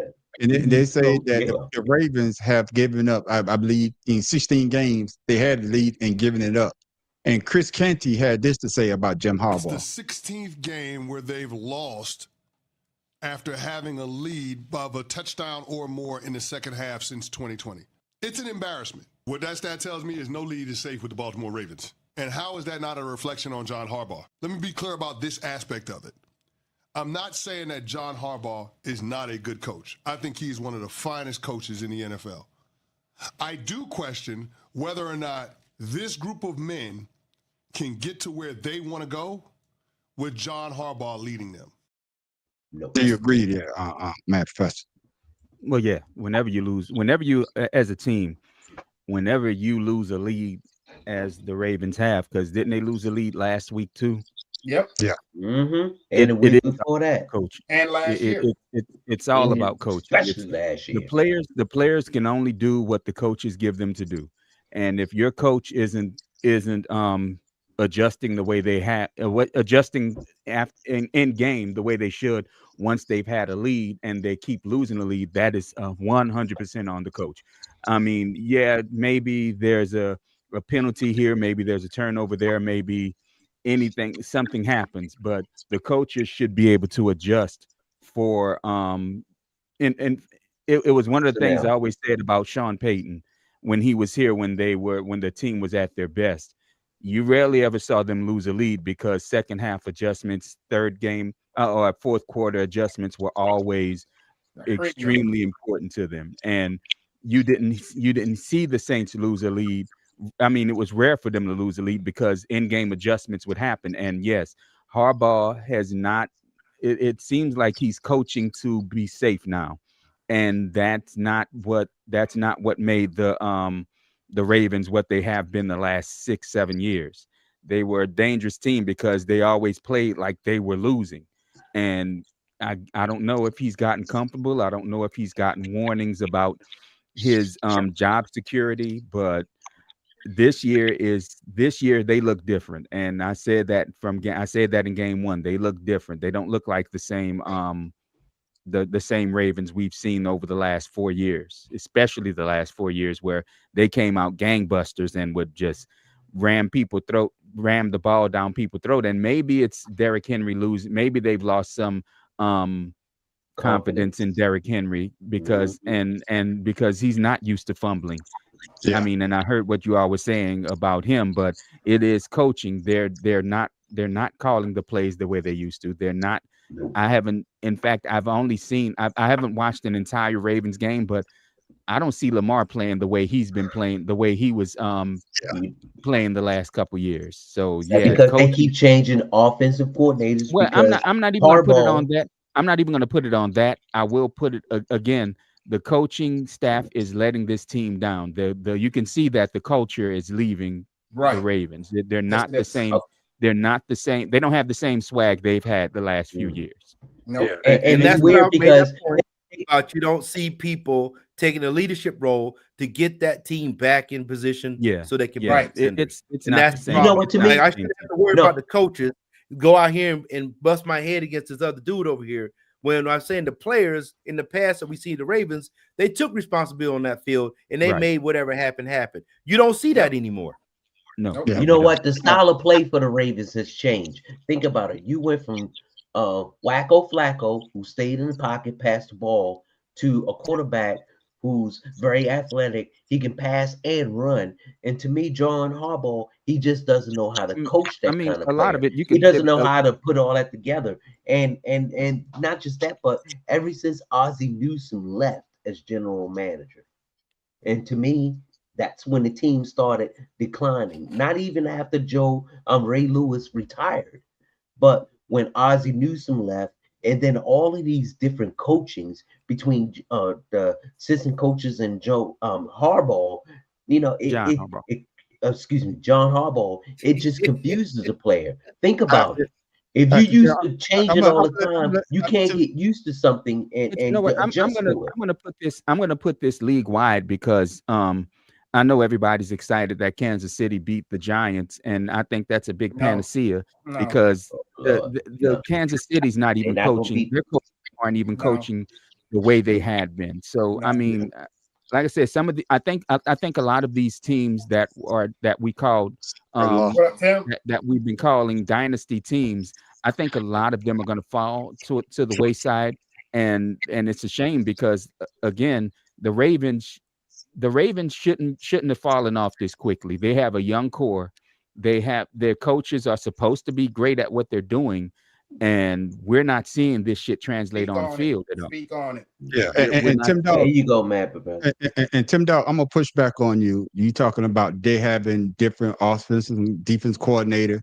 Nah, man. Because hold on, because my quarterback done had 5. He done been to 2 Super Bowls, and he's on a 17-0 if you count the goddamn playoff winning streak. Eagles right now, and I think somewhat quietly in the big picture, are doing things we have seldom seen in NFL history. In the last 40 years, some teams that have won 19 out of 20 games in a stretch include the 85 and 86 Bears, the 89-90 49ers. Patriots did it in the early 2000s. We're talking about an historically great run by this Philadelphia team, 19-1 in their last 20 games, and that one loss was the game that Jalen Hurts gets knocked out early, and they wind up losing by 3 points to the Commanders. So, yeah, we already know what happened, and the reason why I played that clip is because of this, Matt Professor. Because your boy, he had something to say about my team and their offense. I respect Philly. They are winning games. They're finding a way to win games. I can't stand to watch that offense. It's the most boring offense. Okay, wow. Defend your boy there, Matt Professor. How this my fucking boy? He just played for my old fucking team. What are you talking about? Did I not blame him for sticking around too fucking long? Yes, you did. And keeping his team down? Did I not say that? No, Yes, but you did. I understand. I kind of understand where he wants to come from, because the Eagles are playing like a modified ball control offense, and I do understand where he's coming from. But if it's fucking winning, I don't give a damn what it looks like. Just win the damn game. You damn Hey, you play. That's What what Jeff was Saturday it? Herm? said. What was it? What He was said it? nothing more Was it- pretty than a win. What was it? Was it Herm? No, it was. Yeah, it was Herm Edwards. You play to win We the play game. game to win. You don't play to be pretty. Pretty gets you some pretty ass losses. I don't care how ugly it is. I mean, Drew, like I said, I understand where Drew coming from. I truly do. But the point is to win the goddamn game. You don't have to be pretty at it. I mean, pretty is nice and all, but pretty gets you stats and shit. But ask Drew what his stats got him the last 6 years of his career. Yeah, and then on top of that, on Farrell, it's the fact that you get the W, you get the win. And just like you say, Matt Professor, the last couple of years, you could throw for all the yards in the world, but if you don't get the win, you're either going to retire because you're tired of losing, and of course you get the accolades, but you want the win and of course to raise that Lombardi trophy. So it doesn't matter how it looks, as long as you get that goddamn W. What you say, Farrell? They could just go ask Phillip Rivers. Hey, listen, I'm gonna ask y'all a simple question. What looks prettier? A very long pass and a person catching it, or a running back coming out of that damn backfield, making everybody look like shit running down the sideline? To me, football is running the damn ball. You pass second, you run first, you pass second, and that's what the Philadelphia is doing. I dig it. Keep doing it. Yeah, and then on top of that, shout you know, that's how Detroit won, running the ball. Yeah, Washington won last week, running the ball 220 some yards. Football, that's what football is, running the goddamn football. Yeah, and then shout out. I can understand he's a quarterback, and yes, you want to throw the ball at least 40 times. You know, if I could complete at least 30 of those 40, you know, I did my job. But if you don't get the W, all that goes out the window, in my opinion. See, what Drew Brees failed to realize is, you see, he played the game and he might know more about the game than we do. But watching the game, did you see what Philly did this past week? When they needed to put the ball in the air, who they go to? Everybody. Who they go to? They started with A.J. Brown. Do you see? No, it started with Jalen Hurts throwing the ball right. Did you see when he caught that ball? Did you see what he did to that cornerback? Do you realize that was Washington's old quarterback? That's why he's there. Listen to me, man. The Philadelphia Eagles they have a formula that works for them. Every team has a DNA that works for them. Philly has found theirs, whether they like it or not. Drew Brees, when he was with the daggone New Orleans Saints, he had a recipe that worked for him. You see what I'm saying? He had his boy Darren Sproles there on third down. That's where he went to every single time as his daggone outlet. That was how he played the game. It worked for him. Nobody said it was stupid. The Philadelphia Eagles are doing what works for them. When a team goes out there and does stuff, what we say, oh, Josh Allen is the greatest quarterback because he's taking with the defense. Well, Jalen Hurts is doing the same thing. You ain't saying that about him. Yeah. And you know, and that's why I say what I say, Tim Dog, is that the Eagles got an identity, and their identity is to run first, pass second. And that's why I say that when you brought up about the coordinator situation. No, the head coach sets that tone. This is what we're going to do. No matter what coordinator comes in, we're going to keep this same formula because this works for us. And it's just like Joe said, once they got Derrick Henry, they try to make Lamar Jackson a pocket passer. I was about to answer to that. That's the thing about it, and that's what we said. I think we've all said it since the beginning. They brought in Derrick Henry to be battering ram. That ram to take the pressure off Lamar running, and I dig it. But the point of fact is, the best thing in look at the Lions. They have a two-headed running back in David Montgomery and Jahmyr Gibbs. They could have had that in. They could have had that in, and it pisses me off. Somebody took Jahmyr Gibbs in both my fantasy leagues before I could get to him. That really pisses me off because I done had that nigga for 4 straight fucking years when nobody else wanted his ass, and now I'm gonna move on. But snooze, you lose. They could have had. Well, no, in both my fucking drafts, I drafted in late in the round. But fuck it anyway. I'm gonna move on. But see, the thing of it is, they could have had that with Derrick Henry and Lamar Jackson, and have been amazing. And it would have been amazing because you have a running back. You have 2 running backs, one of them who just happens to be one of the best passers in the league. Yeah. And that would have opened up a whole lot for the offense. But the problem with what the Ravens are trying to do in making him a pocket passer, they don't have receivers for that kind of game. Yeah. Their receivers are trash. I'm sorry. They're professionals, but they are trash. The only one, Zay Flowers. Zay Flowers is the best they got. And if somebody takes him out of the game, Hopkins. Well, they don't throw him, and Hopkins DeAndre like one of them is a good possession receiver, but he's not going to stretch the field, which is the game that Zay Flowers should be doing for them. And they have Zay Flowers running fucking slants. He should be stretching the field and getting defenders out of that second, getting defenders away from the line of scrimmage so that Lamar and Derrick can do what they do. But that's not what they're calling the game for. Or the game. That's not the way they're calling the game, rather. And that's what I'm saying, Tim Dog. You know, even though Drew Brees say that, he doesn't like that play, but that style works, especially if you got a great running back. So that's why I push back a little bit about the coordinators.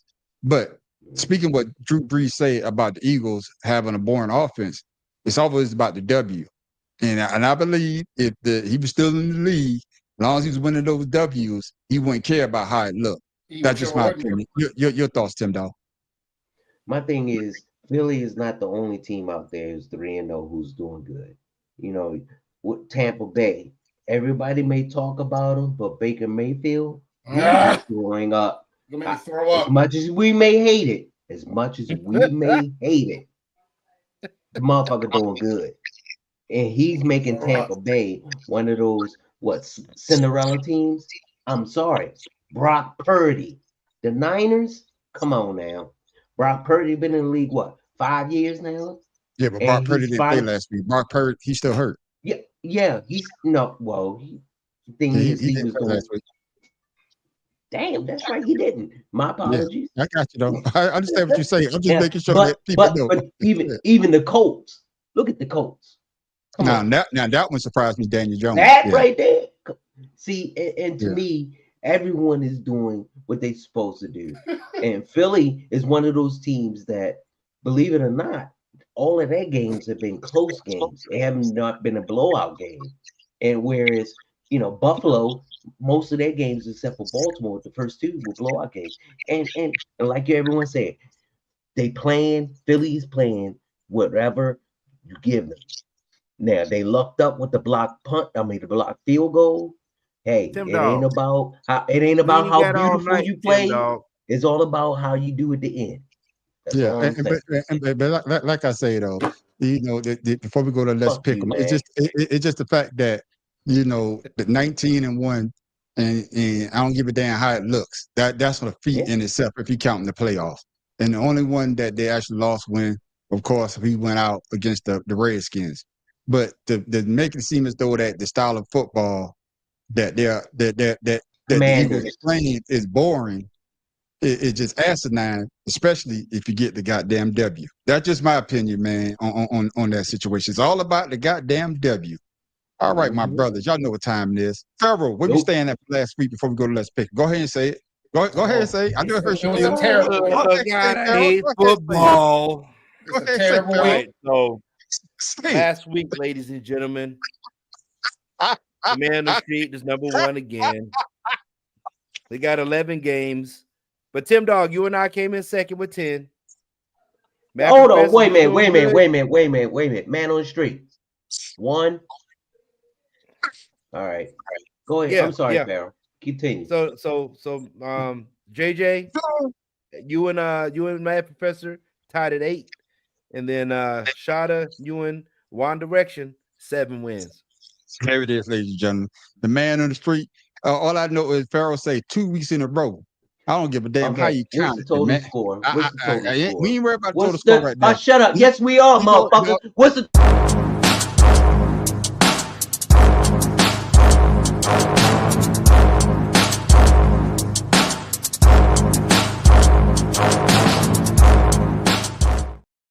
Hey, Teller 47, you don't want to hear any news that ain't That's right. I good? will hear no news. Who's We in hear the at the end of the show. Who's the All I gotta overall say, ladies leader and there, gentlemen. Pharaoh? We want to know.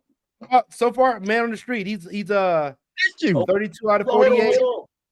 Hold on. You got what? How many? Yeah, he's number one because he's 32 out of Okay. 48. Then I'm number 2. I got 30 out of 48. Okay. And then you and Shada are with 29 out of 48. Okay, so it's only I'm sorry, 2 Matt Professor, between man, you but, and him, right? There's only 2 between you and him, right? And this is what, the Yeah. 4th game? Okay. You gotta Man on think the street. he won We 14 out of end the 16 season, last motherfucker. week. That's what put him up there. We only just begun. Let's see if Okay, this okay. It don't and if matter, it Tim doesn't, Dog. we're going to Tim bring Dog, this up. Tim Dog, we got to go on, Tim Dog. It's okay. You still got a chance to win. It's okay. But Oh, I did. The first one, remember? It's that time. It's that time, ladies and gentlemen. Let's pick them. Brought to you by nobody. We still didn't get a sponsor yet, but hey, I'm working on it. Every time you say that, man, goddamn it, I'm not ready. First up, ladies and gentlemen, we got Thursday night football. Matt Professor, who you got? The Sea Chickens against Bobblehead. Who you got? What the Hey, Seattle is 1.5 point favorites going into Arizona. Who you got there, Matt Well, the Professor? Saints made Seattle look like they won the championship last year, just like I said they Yeah. would. Yeah. But and you know what? Bobblehead running back is hurt, so I might go with the Sea Chickens. Yeah. Okay then. All right. What about you there, Tim Dog? Who you got? No, I'm going to agree with Matt Professor. You know, it's too many injuries on them. So I'm going to take the what they call not the Pelicans. What was it even called? Seabirds. Seabirds. There you Shout go. out. Are you rolling with the Sea Chickens?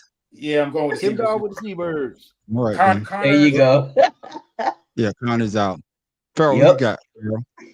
I'm going with Bobblehead until Bobblehead loses. They're 3-0. Woo, he did last week. Bobblehead lost last week. Bobblehead lost last week. We watched the They game, sure remember? did. I'm still going with Bobblehead. I don't give a shit. They're over 500. Yeah. I want to take Bobblehead, but give me the Sea Chickens, man, because they play damn well. And like my man Shouter said, man, at least try to pitch the bitch Saints. They ain't even try to pitch them off. Told you they wouldn't. Man. I told you they would. What happened to the bird droppings? Yeah, I don't know, but yeah, give me the Sea Chickens. Up next, fellas. Oh, this Wait, was a Shawty, you got surprise the to Sea me. Chickens too? Yeah, and Joe Hell got the Sea yeah. Chickens as He well. already said it. This was a surprise game to me, man, because I didn't see the Vikings beating Cincinnati. I think they played Cincinnati, but I guess my man done Winston found the fountain of youth because he played lights out. So up next, we got the Vikings and the Steelers. Who you got, Tim Dogs? Wait. Let me tell you the odds first. Okay, what's the odds then? So Vikings are 2.5-point favorites. Go. And this game is starting at 9:30 in the morning, so this early game. It's 9:30 at home, guys. No, I'm going to Pittsburgh. It doesn't matter at home because they're playing overseas, but it's all about experience. And I'm going to Pittsburgh. What about you there, Matt? Okay. Mm-hmm. I ain't picking it. I picked the Steelers last one time and they lost, so I'm going with the Vikings again. Wait, no, wait a minute. No, I'm going with the Vikings. Yeah, I don't give a. I don't like that. What about you there, Shouter? Who's the quarterback? Is JJ still playing? No, it's I think he's still hurt. It's going to be Carson Wentz. Yep. Yeah, Carson Wentz got flown in just for this job, buddy. Yeah. I'm going to go. You know what he did on the plane? He got drunk. Shouter got the Vikings. I'm going to Vikings. Shouter got the Vikings. Give me the Steelers, man. I think I don't trust Carson Wentz. Even though he I didn't realize JJ was going to be out again. Yeah. Give me. I'm gonna go with the Steelers. I don't trust Carson Wentz, man. I don't think he could do two. He's still shy. He's still gun shy after they built that statue in Philly of Nick Foles. So I think he's going to revert back to the old. I'm gonna switch mine to the Steelers. Yeah. Okay, guys, Who you got, Matt? Who you got on, Farrell? I'm going with the Steelers because, like I said, Carson Wentz didn't do shit for Washington when he got there. So he lost. Matt Professor switches to the Steelers as well. All right, fellas. Anybody taking the Falcons? Joe, you taking the Falcons? That was your boy. Anybody taking the Falcons versus the Commanders? Joe is. Wait a minute, Shada, you change yours or you staying with Vikings? I'm staying with the Vikings. All right, so and then Tim, Manor Street, Pittsburgh. Okay, got it. Yeah. All right, let's go. Commanders Falcons. Where we at? What's the spread? Commanders Falcons. What's the spread? Oh, Washington favorite 1.5 on the road, but I'm going with the Commanders. Anybody taking the Falcons? Anybody taking the Falcons? Going once? Going twice? Joe, you taking your boys? Joe's I'm not taking taking the Commanders because they couldn't You even know get Joe across taking that the Falcons. Put them on there for the Man. Falcons. I should have went down there. I could have at least pinched the goddamn Panthers. Goddamn. They lost 30 to nothing. Let me tell you something. Today at the store, I had an 80-year-old man come in with a lisp. I've never seen a person that old with a lisp. And I trust him at quarterback more than I trust Michael Penix and Cousins right now. Yeah, they brought Cousins in, man. All right, fellas. Next game. Cold shit. We need you to click on that one, Joe. Next up, fellas, we got the Chargers and the Giants. Anybody picking the Giants? And of course. Oh, wait. I got a stat for you guys. Hold on. They give you stat after this. The Chargers and the Giants, and this guy will be making his starting his first game starting as the NFL quarterback. Yeah, that's the word I'm looking for. Thank you. And we continue to follow breaking news. Jackson Dart will get the start this week for the New York Giants when they take on the unbeaten LA Chargers. That one coming your way on CBS, 1 o'clock Eastern. That's the latest from our Jonathan Jones. The first-round pick out of Ole Miss had an impressive preseason, and now he gets his first career start. He, of course, takes over for Russell Wilson. The Giants currently 0-3, heading into Week 4. They about to be 0-4. So with that, Jim Harbaugh versus rookie quarterbacks, he's 8-2 in his career. He's 4-0 with the Chargers.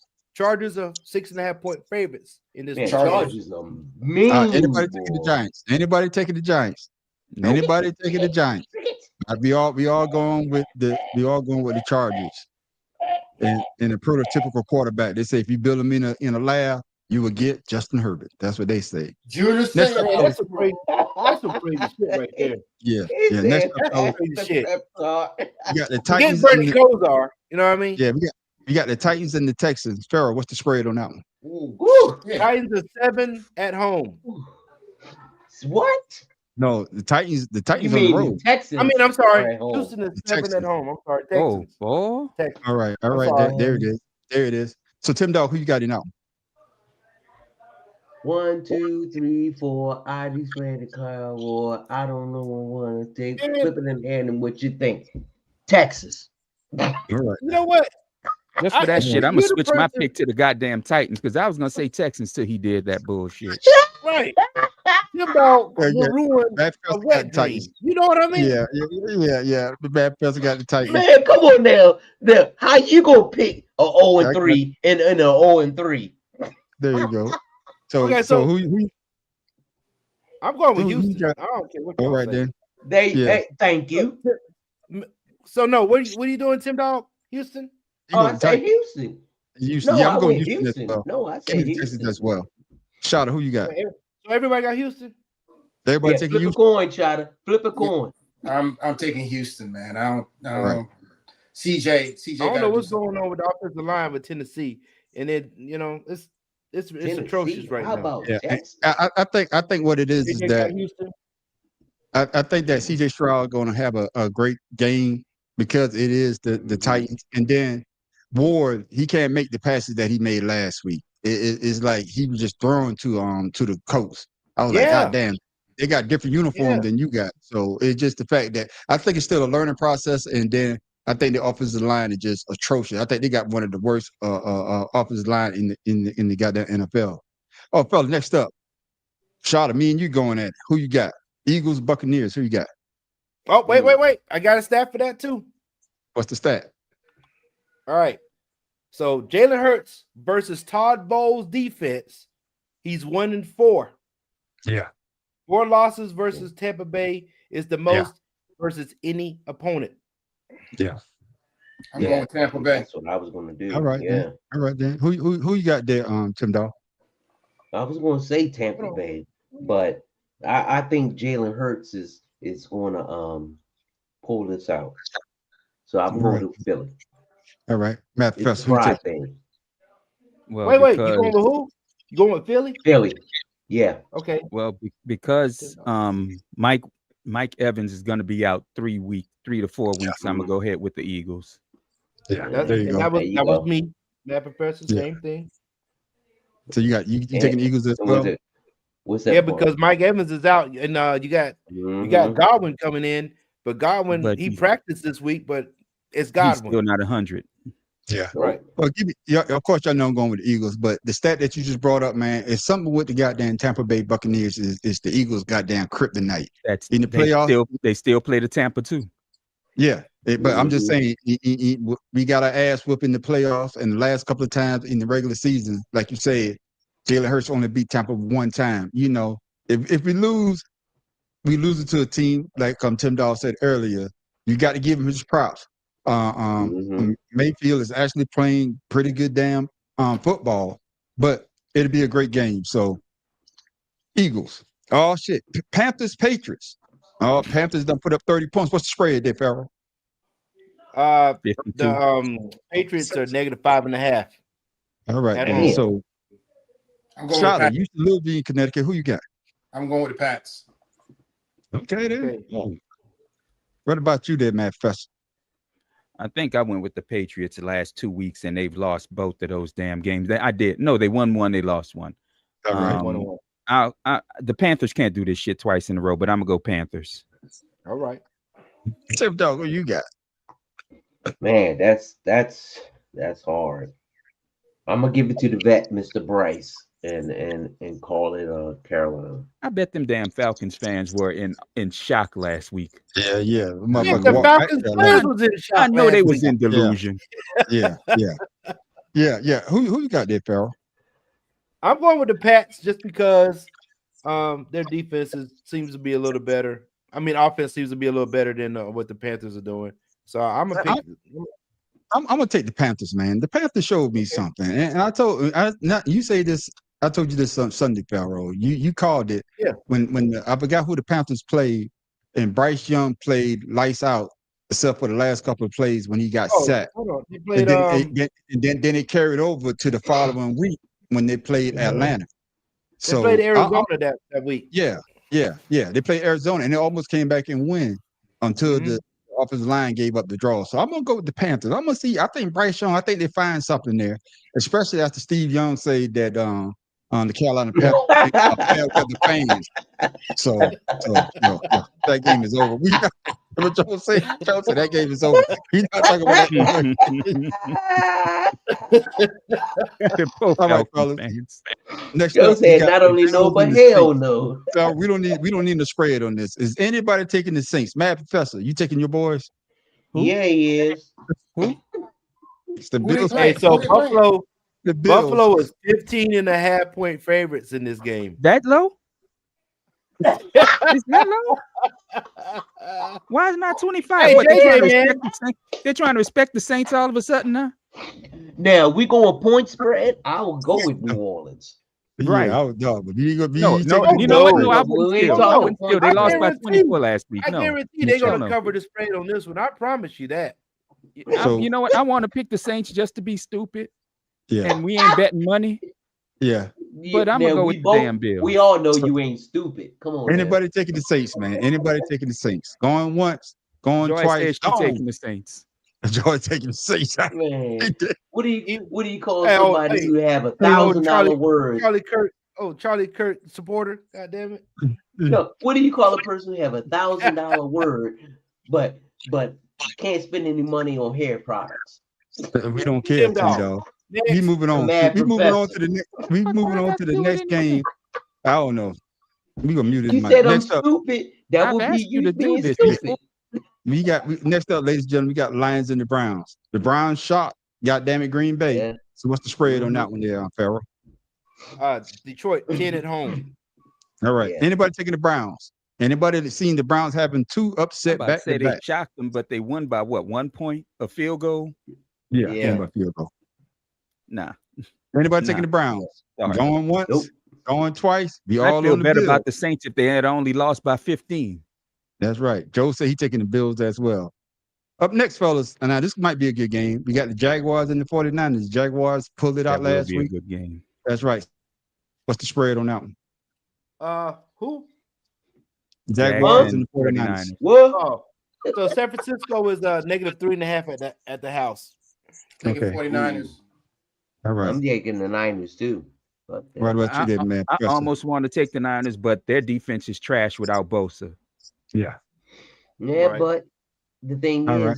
Jaguars offense is shit even with But without having to play a boy. defense, Yeah. All right, I'll so take Sunshine. All right. Then what about The you there? secondary is pretty. I'm telling you, what is Yeah. San Francisco interceptions? Yeah. What you Tim Dog, who you got? And God damn it. Oh, I said San Fran, motherfucker. Okay. Weren't you Yeah, yeah. hearing? Yeah, who you No, got but on? you keep yapping over there. Well, stop eating, and you can hear me. Who you got? Hey, man on the street, what you got? Give me the Jaguars, man. I think Sunshine and what's my man Travis Henry done find a little something. So I'm gonna go out on a limb with them. And now I agree with what Matt Professor said. You know, even though I don't like old bitch ass Nick Bosa, he is a force on that defensive line. And without him, and of course, you know, Mac Jones sooner or later, that genie has to go back in the bottle one day, and I think it's going to be on Sunday. So give me the Jaguars. Well, I'm picking the 49ers. That's a just damn based off shame. they're playing at home. I got you. Up next, fellas, this is going to be a good game too as well. Coach Rams, who you got, Shot? What's the spread on, Farrell? Rams -3.5 at home. 3.5 points. Going with the Rams. All right. What about you, Matt Professor? You know I don't want to pick the Rams, but I have to. All right then. Tim Dog. What about you, man on the street? Who, me? Yeah. I'm taking the Rams, man, because they got a nasty taste in their mouth after giving up their lead, giving up the draws last week against my Eagles. They did And more than Daniel that. Jones, and I'm going to use the same analogy that I use on Mac Jones. Sooner or later, that genie has to go back in the bottle. Right. But I think it's going to be this week. So I'm taking the Rams. I mean, I'm taking the Rams. Yeah, I got the Rams at home because I feel the same way. All right then. Did I get you, Shot? Yeah, you got me. All right then. Next up, take, y'all. hold on. Oh, Tim Dog. I'm You got Tim Dog. gonna take the Colts. I All right believe then. in Daniel. All right Yeah, then. Mr. Jones, give me the Colts. And there it is, ladies and gentlemen. Now we got the Bears and the Raiders. You know, the Bears coming off that great win. So I'm gonna keep riding with the Bears in this. I think Caleb got something to prove. So I'm gonna take the Bears. And what's the spread there, Farrell? 1.5 for the Raiders. All right, then give me the Bears, man. I'm taking the Raiders. I know You why can't stand Caleb. I know you can't stand Caleb. Who you got? And I will never pick the Raiders again. I picked the Raiders twice this year and they lost. Okay, so you go with Caleb. Yeah. There you go. Matt Professor got the Bears as well. You know what? Wait a minute. Hold on. I done picked the Bears twice and they done lost too. No, I'm gonna go That's with why the this Raiders. is such a close game. There's 2 losing teams. Yeah, I'm gonna go with the Raiders. Yeah. I got the Raiders at home. Who you got, Tim Dog? That flea flicker team. Yeah. Next up, fellas, we got the extra slow. Yeah, flea give me flicker. the Bears. Yeah, I'm gonna take it. All right. You know, Hey, they're gonna try that shit again this game. Yeah, Yeah, I know. fellas. Up next, this might be a AFC. No, I'm sorry. I'm gonna change to the Raiders. You want I'm the sorry. Raiders, Tim Let Dog, me with the give me the Raiders. change. They All right, then, defense. fellas. Up next, we got What you got? The Raiders? Yeah. No, I'm taking the Bears. No, he got the Bears. I got the Bears. All right, I'm taking the Bears. me Me and and Tim Joe were going on with the Bears. Raiders. Yeah. Okay. Fellas, we got the Ravens and the Chiefs. And of course, the Ravens got that bad taste in their mouth. And like you said earlier, Matt Professor, the Chiefs are not the Chiefs anymore. So to me, this is like a toss-up game. It is. So Yeah, it is. it's like It a is. toss-up game. So Shada, who you Yeah, got? Baltimore is 2.5 on the road. I'm going with Good. Baltimore. Yes, Tim Dog, you taking the Ravens as well? of course. All right, then Because who you right got back? now they upset. They Well, gonna hurt somebody. With the Chiefs having a whole lot of infighting that they're trying to cover up, I'm gonna go with the Yeah. Ravens. Because Yeah. I'm sorry, Kelsey ain't been the same since he got with your girl. He got engaged. What they call that? Pussy whip. Yeah, yeah. So who you got? You done shook him off. I mean, who you got? Farrell. I'm going Baltimore on the road because I'm not supporting half of that shit that's going on down there in Kansas City. They need to get that shit together. Yeah, give me the Ravens as well, man. I'm not going. Yeah, I'm not going. Even though, because the Chiefs don't look like the Chiefs, and like you say, Matt Professor, Kelsey don't look right, and they got a lot of infighting going on the goddamn shit. So it's give me the Ravens as well. He said he's coming for the wedding. Now this one, fellas, that we can't wait to see this one is the Packers versus the Cowboys. Oh, here we go. Micah Parsons will make his much anticipated return to Dallas Sunday night as the Packers visit the Cowboys. Let's hear from both Micah and Jerry on the matchup. You know, it's gonna be painful. You know what I mean? Dak's my guy. You know, he was always like a good mentor for me.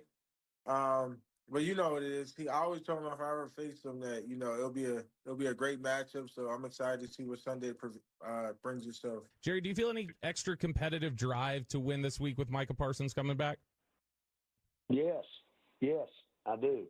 I've said this time and time again. I think the world of Micah as an individual, and of course know him well. But and I might say I wish him well, except it's obvious I don't this weekend in terms of Green Bay winning the ball game. Once a Dallas Cowboy, always a Dallas Cowboy, right? Maybe that depends on how your exit went down. And one of the more shocking moves in NFL history, the Cowboys traded the all-pro pass rusher Micah Parsons to the Green Bay Packers a week before the season.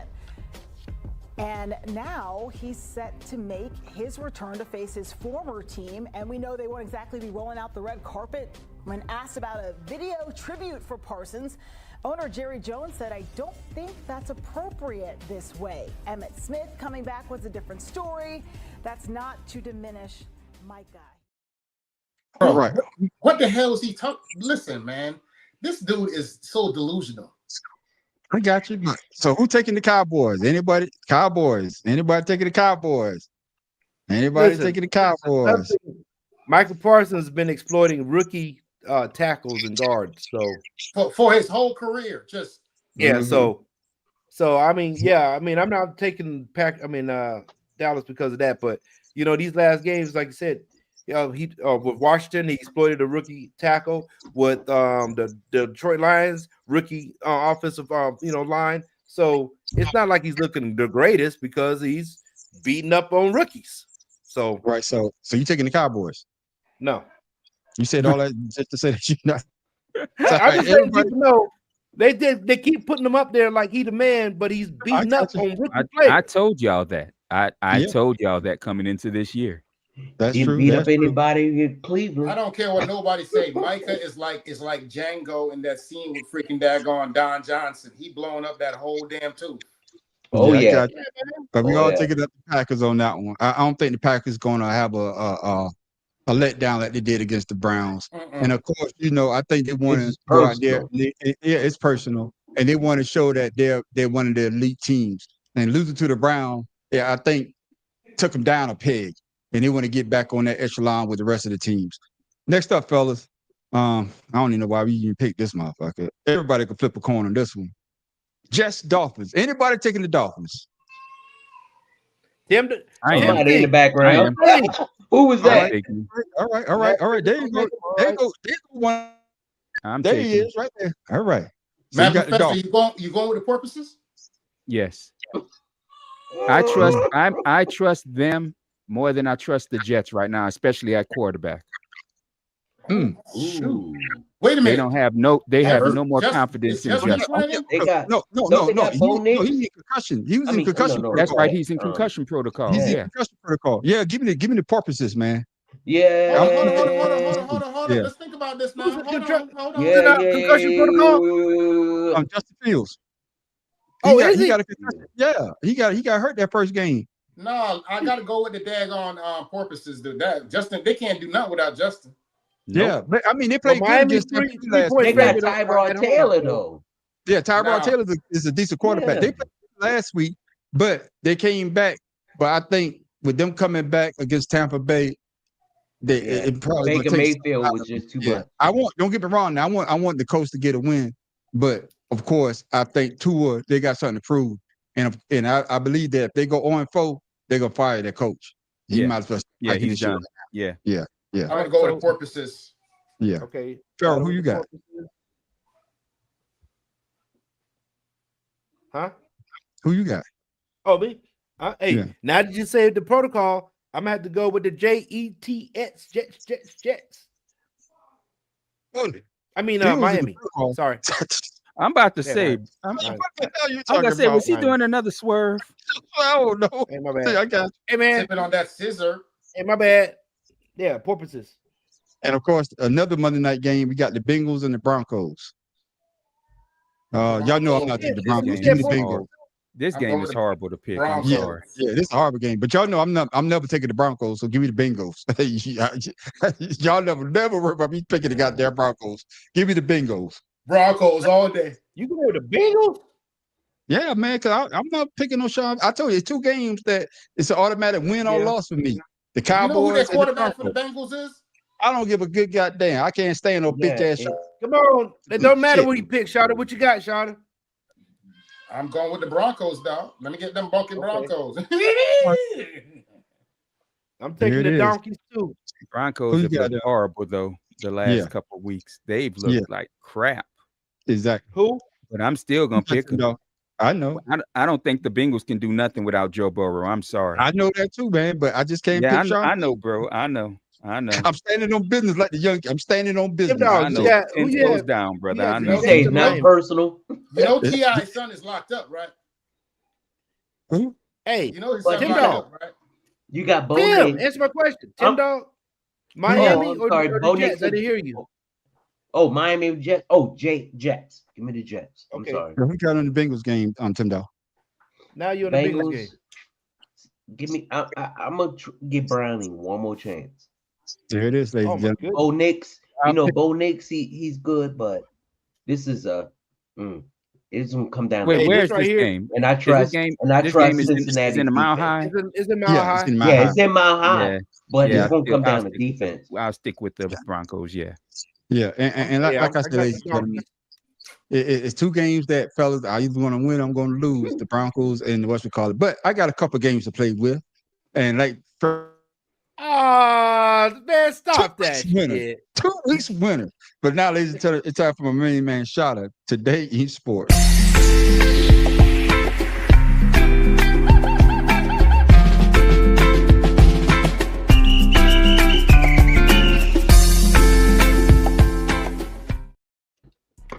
Now, everyone remembers that.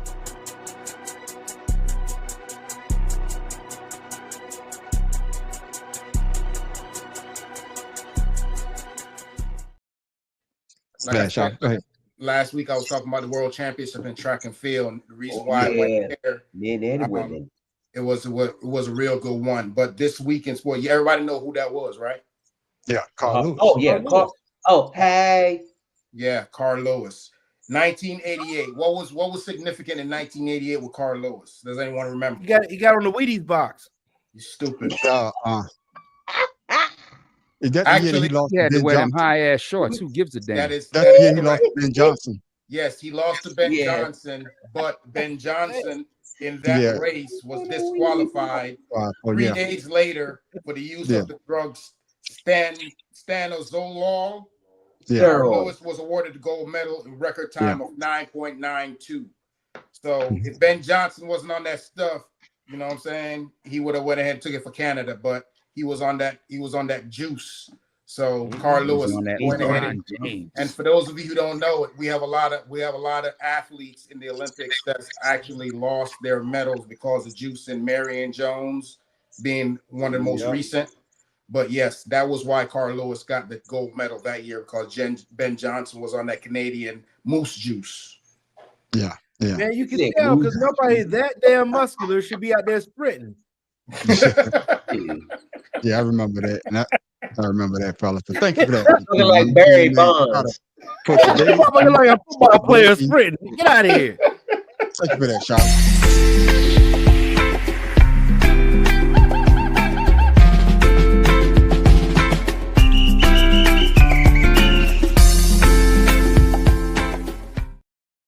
What you say? All right, Defensive fellas. lineman sprinting.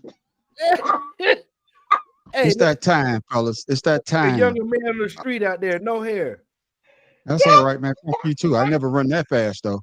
That's aerodynamics right there. It's that time for weird sports. Ladies and gentlemen, we try to bring you sports that, hey, if you're not a true athlete, if you can't play basketball, if you can't dribble a basketball, if you can't throw a baseball, if you can't even throw anything, we bring you stuff that, hey, what you trying to say, man?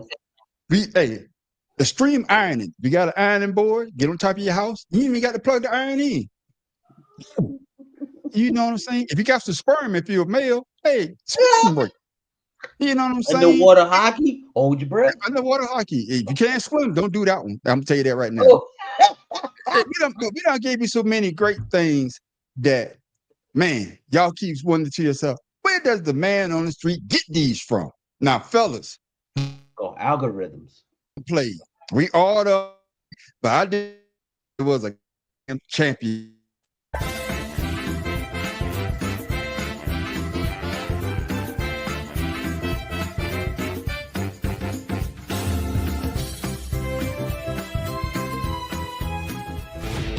Welcome back, everybody, to the most anticipated match of the year, the grand final between the formidable Fnatic and their challenger, Mad Lions. That's right, Trouble. Forget the LEC finals. We're about to crown our ultimate rock, paper, scissors champions.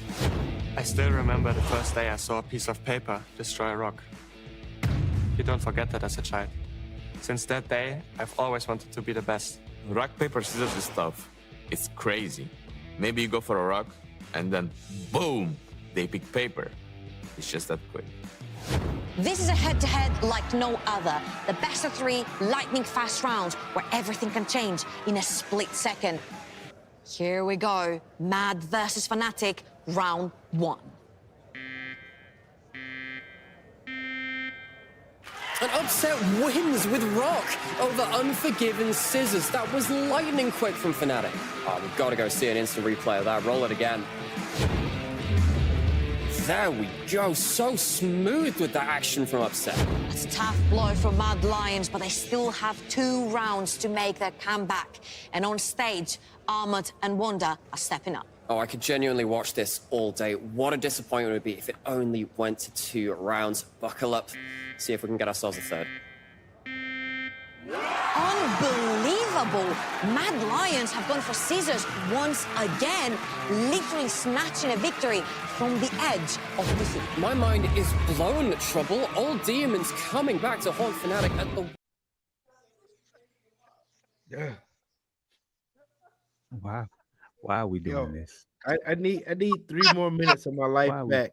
why I'm we down 6 minutes in the last 2 weeks of my life because of the man on the street. The sad shit Right, is, Professor. I almost want to see how it ended up. But that, Yeah, see, I and need to that's, see round 3. I need to see round 3. Why you cut it short? Because I want to get this bad Professor what face. she said. Well, I would say what it ended. It ended on a cliffhanger. So did it say it just pops off? Shit. Hell cannot, they should end this shit on a cliff, and whoever plays should Oh. get thrown off of it. Because Oh. that was just stupid. Listen, Oh, goodness. listen to me, okay? Oh. You need to. I'm going to need you to talk to somebody because this cannot continue. There's no way. You know what? You We need can't to do leave this. it to us to find some of this wasting your shit. Now, breath. you need to No. step Wasting away your from it, own breath. No. man on the street. No, you need to send out the choices before the show because this is ridiculous. Now, listen to me. man. No. You guys What got to y'all go doing? search and send some shit in. How is Man, it a why sport? y'all hate, man? You could be a rock, paper, scissors. Think about it. I'd rather You only pay got three $10 and skip You some only damn got rocks. 3 choices. Three choices. Why y'all hate the rock, paper, scissors, man? Come on, man. And that was Hell the yeah. 2022 championship. They just had the 2024 championship, I believe, from last You year. need to stop So, yeah. explaining like we care. Right. You see, that's what I was just thinking. I'm like, Just do I stop care explaining that this like is from we care. 2020? You are literally 22 trying rather. to convince us that this is okay. Man, let What me are tell you you doing something. right now? They could have this championship shit in my living room, and I wouldn't care. Listen to me, man. Don't listen. People, listen. This is what's gonna get us canceled. Stop it. Don't do Tim this Dog. anymore. Bro. Tim Dog, they had a referee. Hey, man. You got that. And you know what? You know what, man on the street, you wrong. You showing a sport that Tim Dog can't even do. What the No, we're bro, not. he No. always rock. Stop. I mean, Thank what you, the Mad hell? Professor. We're not doing Thank that. you, What Mad the hell? Professor. Mad Professor. I can't even be paper. I can be scissors like this. Game. Oh, goodness. Oh, man. Bruh. But thank you, ladies and gentlemen. That is I'm our having weird sport of the week. nightmares tonight. You hear me? It's our weird sport of the week. But the funny part is we all done played rock, paper, scissors. So, like I said, if you're not a true This is athlete, discriminatory. you could Discriminatory. get, hey, Come on you could now. get out there and you could become a champion at rock, paper, scissors. What Joe say? Yeah, our card carry members of the circle jerk. The first rock.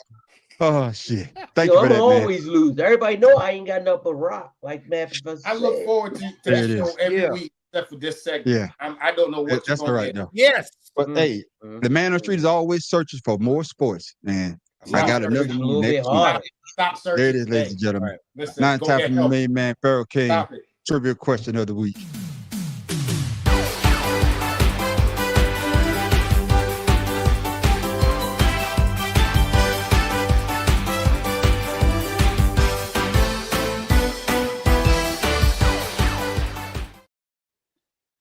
What's this week, my brother? All right, so we're doing we got college football going on too. I didn't want to always just do NFL questions, so I got some FBS question here for you guys. Oh Lord. Here you go. Here Here we we go. go. This is a question. What's your Which FBS team had the second most wins from 1970 to 1999? Number 1, Alabama. Nebraska. Number 3, Michigan. No, not from 70. No. I would say Oh, Notre yeah. Dame. Ooh. It's I either would Notre say- Dame or USC, and I'm gonna go Notre Dame. No. Mm-mm. I'm gonna say SMU. Shit. Yeah, My answer I was think- Miami Hurricanes. No, it's Notre Dame. It's Notre Dame because they never play really anybody, and they're always in. Yeah, give me Notre Dame. Shit. Penn Oh, State is shit. a good one. Penn State is a those- good one. Yeah, yeah. Who you got, Shotter? You said SMU. What's the answer there? I'm Pharaoh? gonna say Oklahoma. Okay, Oklahoma. That's a good one.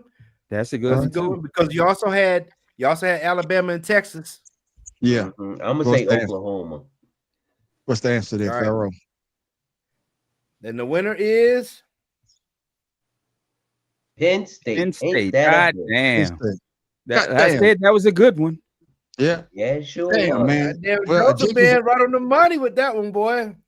Jenkins You won, must so be that's looking at half my a point answer. for me. About that time ain't he won shit for something, you. he ain't win That with ain't Atlanta. shit for you. Half a point for me. Way to go, Jenkins. Way to go. The sad shit is, I figured he was gonna go. Penn Boy. State is up north, and so is Notre Dame. So that's half a point. I didn't see the family connection. He's always going to He's find some always ground with his ball ass. bull Right crap. there. I'm gonna get a happy I'm sorry, point somewhere. I said Florida State, not Miami. I guess That's that was all the right, bro. 90s when they started doing, because that's when they went to the, what's the name? Yes. Well, see, if you see, Pharaoh, I'm being fair. You got the state right, so you get a half a point too. See, Stop that's the what I'm talking madness. Stop the madness. Don't do that.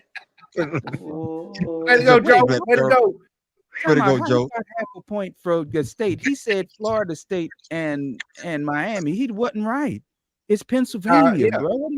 I know. I had 2-0. No, he's Matt searching Professor- for a win just like Jim Kelly. No, Matt Professor, you overthinking it. Penn No, I'm State. not. No, listen. I'm not. Listen, what I'm saying. Are you saying he got said- state? Yeah. Penn Well, get State. the fuck out of here. Florida Cut State. this nigga's mic off, please. I'm Give giving yourself a this- Negro, please. Negro, please. Thank you. Shit. There it is, ladies and gentlemen. Thank you, Black Arrow King, for this week's trivia. Bruh.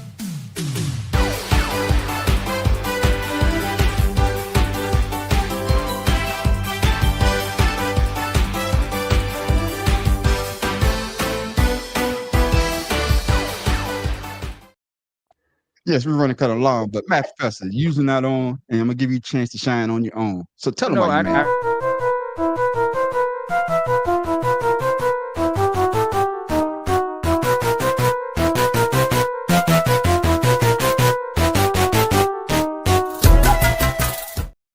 I ain't really mad. Your ass off, didn't he? I'm really ain't mad because the only thing I would have talked about was how Bruce Pearl did that bitch-hearted shit and quit right before the season so that he could bequeath the damn job to his son, who is garbage. I mean, Talk about it. I don't give a We shit talked that about it earlier. Talk about I it. don't. That's what I'm saying. I don't give a damn that he's Bruce Pearl's son.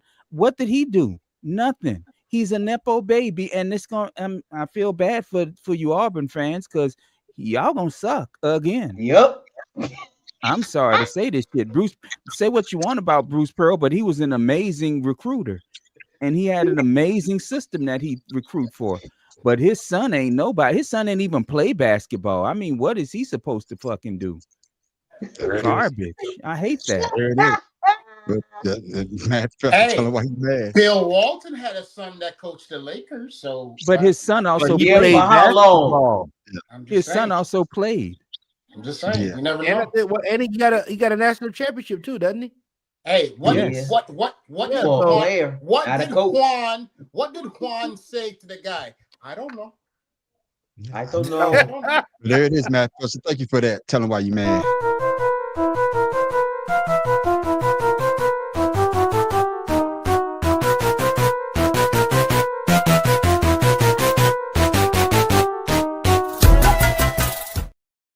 Hey, Shotta, Yeah. they won't say that to Ice. I'm just saying. Tim I don't know. Tim Dog, you got to combine both of your shit into one. Ladies and gentlemen, I'd like to give you something to think about, something fun and better yet with And Tim make Dog. it get quick, the Tim. I'm hungry. And Tim Dog, yeah. I got okay, we you. I hungry. got you. I All got right. you.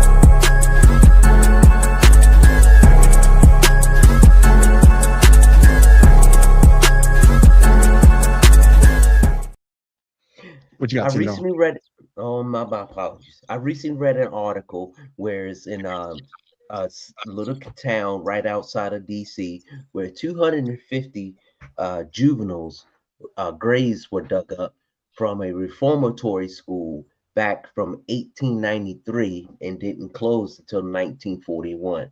Records show that most of these kids died from diseases like diphtheria, tetanus, and tuberculosis. But a lot of the skeletons that were dug up were never even forensically studied. So there's still a lot of mysteries going on. And now, right now, in the state of Maryland, there is a panel or commission that's trying to gather up money and get these remains forensically tested so that we can find out who these kids are, because there are people right now who are descendants of these kids who don't know it, and that's just a part of Maryland history. I just want to let you know it's an ongoing situation. How can they be descendants of dead kids? Well, in other You words, mean relatives of, but not descendants of those kids. Well, they're not descendants, but they are relatives of the people who have died. Yeah. But you know, before we move into our closing statements, the funny part is that these young men and women probably died from something, and now they want to take away vaccines across the nation. So there could be a lot of other young kids. There could be a bunch of other young kids that could be dying from the same thing that these people die from. But it is what it is. Thank you for that, Tim Dog. Yeah, Tim and Dog, the ages of the kids were from 6 to 16. Exactly. That's what I'm about to say right now. Tim Dog, let people know about your social media so they can follow you, my brother. You can follow me on Instagram, Father's Love 99. It's all about me, my grandson, and my son. I added them in there. And I won't be in Baltimore long. This is one of my next week will be my last week doing a broadcast with you guys until I travel. There it is. What you got on the Mad Professor? I want you to shout out your social media so people can I follow don't you. have any more social media. Don't follow me on the social media you find under my name. I mean, they real, they me, but I ain't doing shit on them because I don't feel like it no more. I mean, I'm gonna feel like it eventually again. And until then, don't even go see Mad Professor Classics.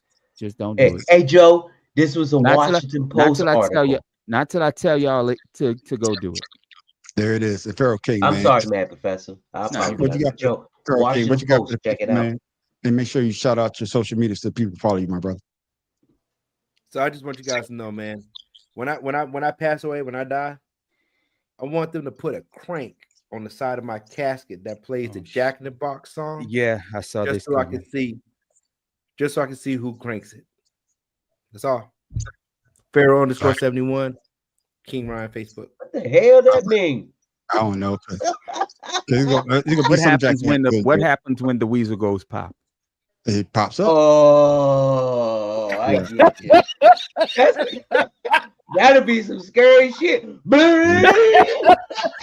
No, I see what would have been equally messed up if he said at my funeral, I want somebody to have my old phone and text everybody, thanks for coming.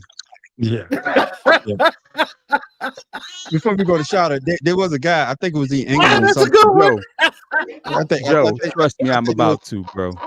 I think there was a guy in England or something. He had a recording and he was lowered him down. He's like, hey, where everybody at? I read about that. Yeah. I read about that. Yeah. Hey, I'm still alive. Hey, somebody let me out of here. Yeah. Hell no. I'm definitely gone after that shit. Make sure you shout out to social media so people can follow you, my brother. You see me down here in Orlando doing my thing. Shout out, see my social media right down there. So just go on and see what's going on. All I'm saying to you is just remember one thing. Everybody have an opinion like an a-hole, and everybody's rights should be considered. But when your rights infringe upon mine, a pure murder shall come true here. Watch this fight the next time. That's what I'm talking about. And of course, you can find me, The Man on the Street, at The Man on the Street Show on YouTube. You can also find me, Creative Canvas Expression YouTube. That's my AI channel. Haven't dropped nothing on there. I'm at the Mad Professor, but I'm going to get back on my job and soon.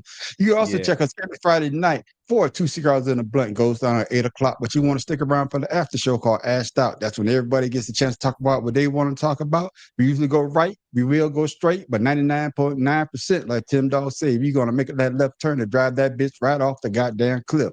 But you want to come Wednesday at 7 o'clock for the Better Than Sex Sports Podcast. As you can see, we talk about sports and we do it very well. And with that, ladies and gentlemen, I am the Man on the Street. This is Pharaoh King. Whatever you do, big or small, do it well. Don't do it at all. Tim Dog from Be More Careful, Not For Long. I'm the Mad Professor in the booth. Oh, I still got to follow this motherfucker. That's what you want to say. Bro. Shout out to Orlando, doing big things. Keep yourself together. And with that, small with that, we are out. Wait. Go ahead. Before we go, I want to share a research with you guys, a real study real quick. Oh, shit. Research shows that starting your day with the early morning run is the best way to make sure your day can't get any worse than it started. Man, get out of How here. with about that running bull your crap. mouth? Nobody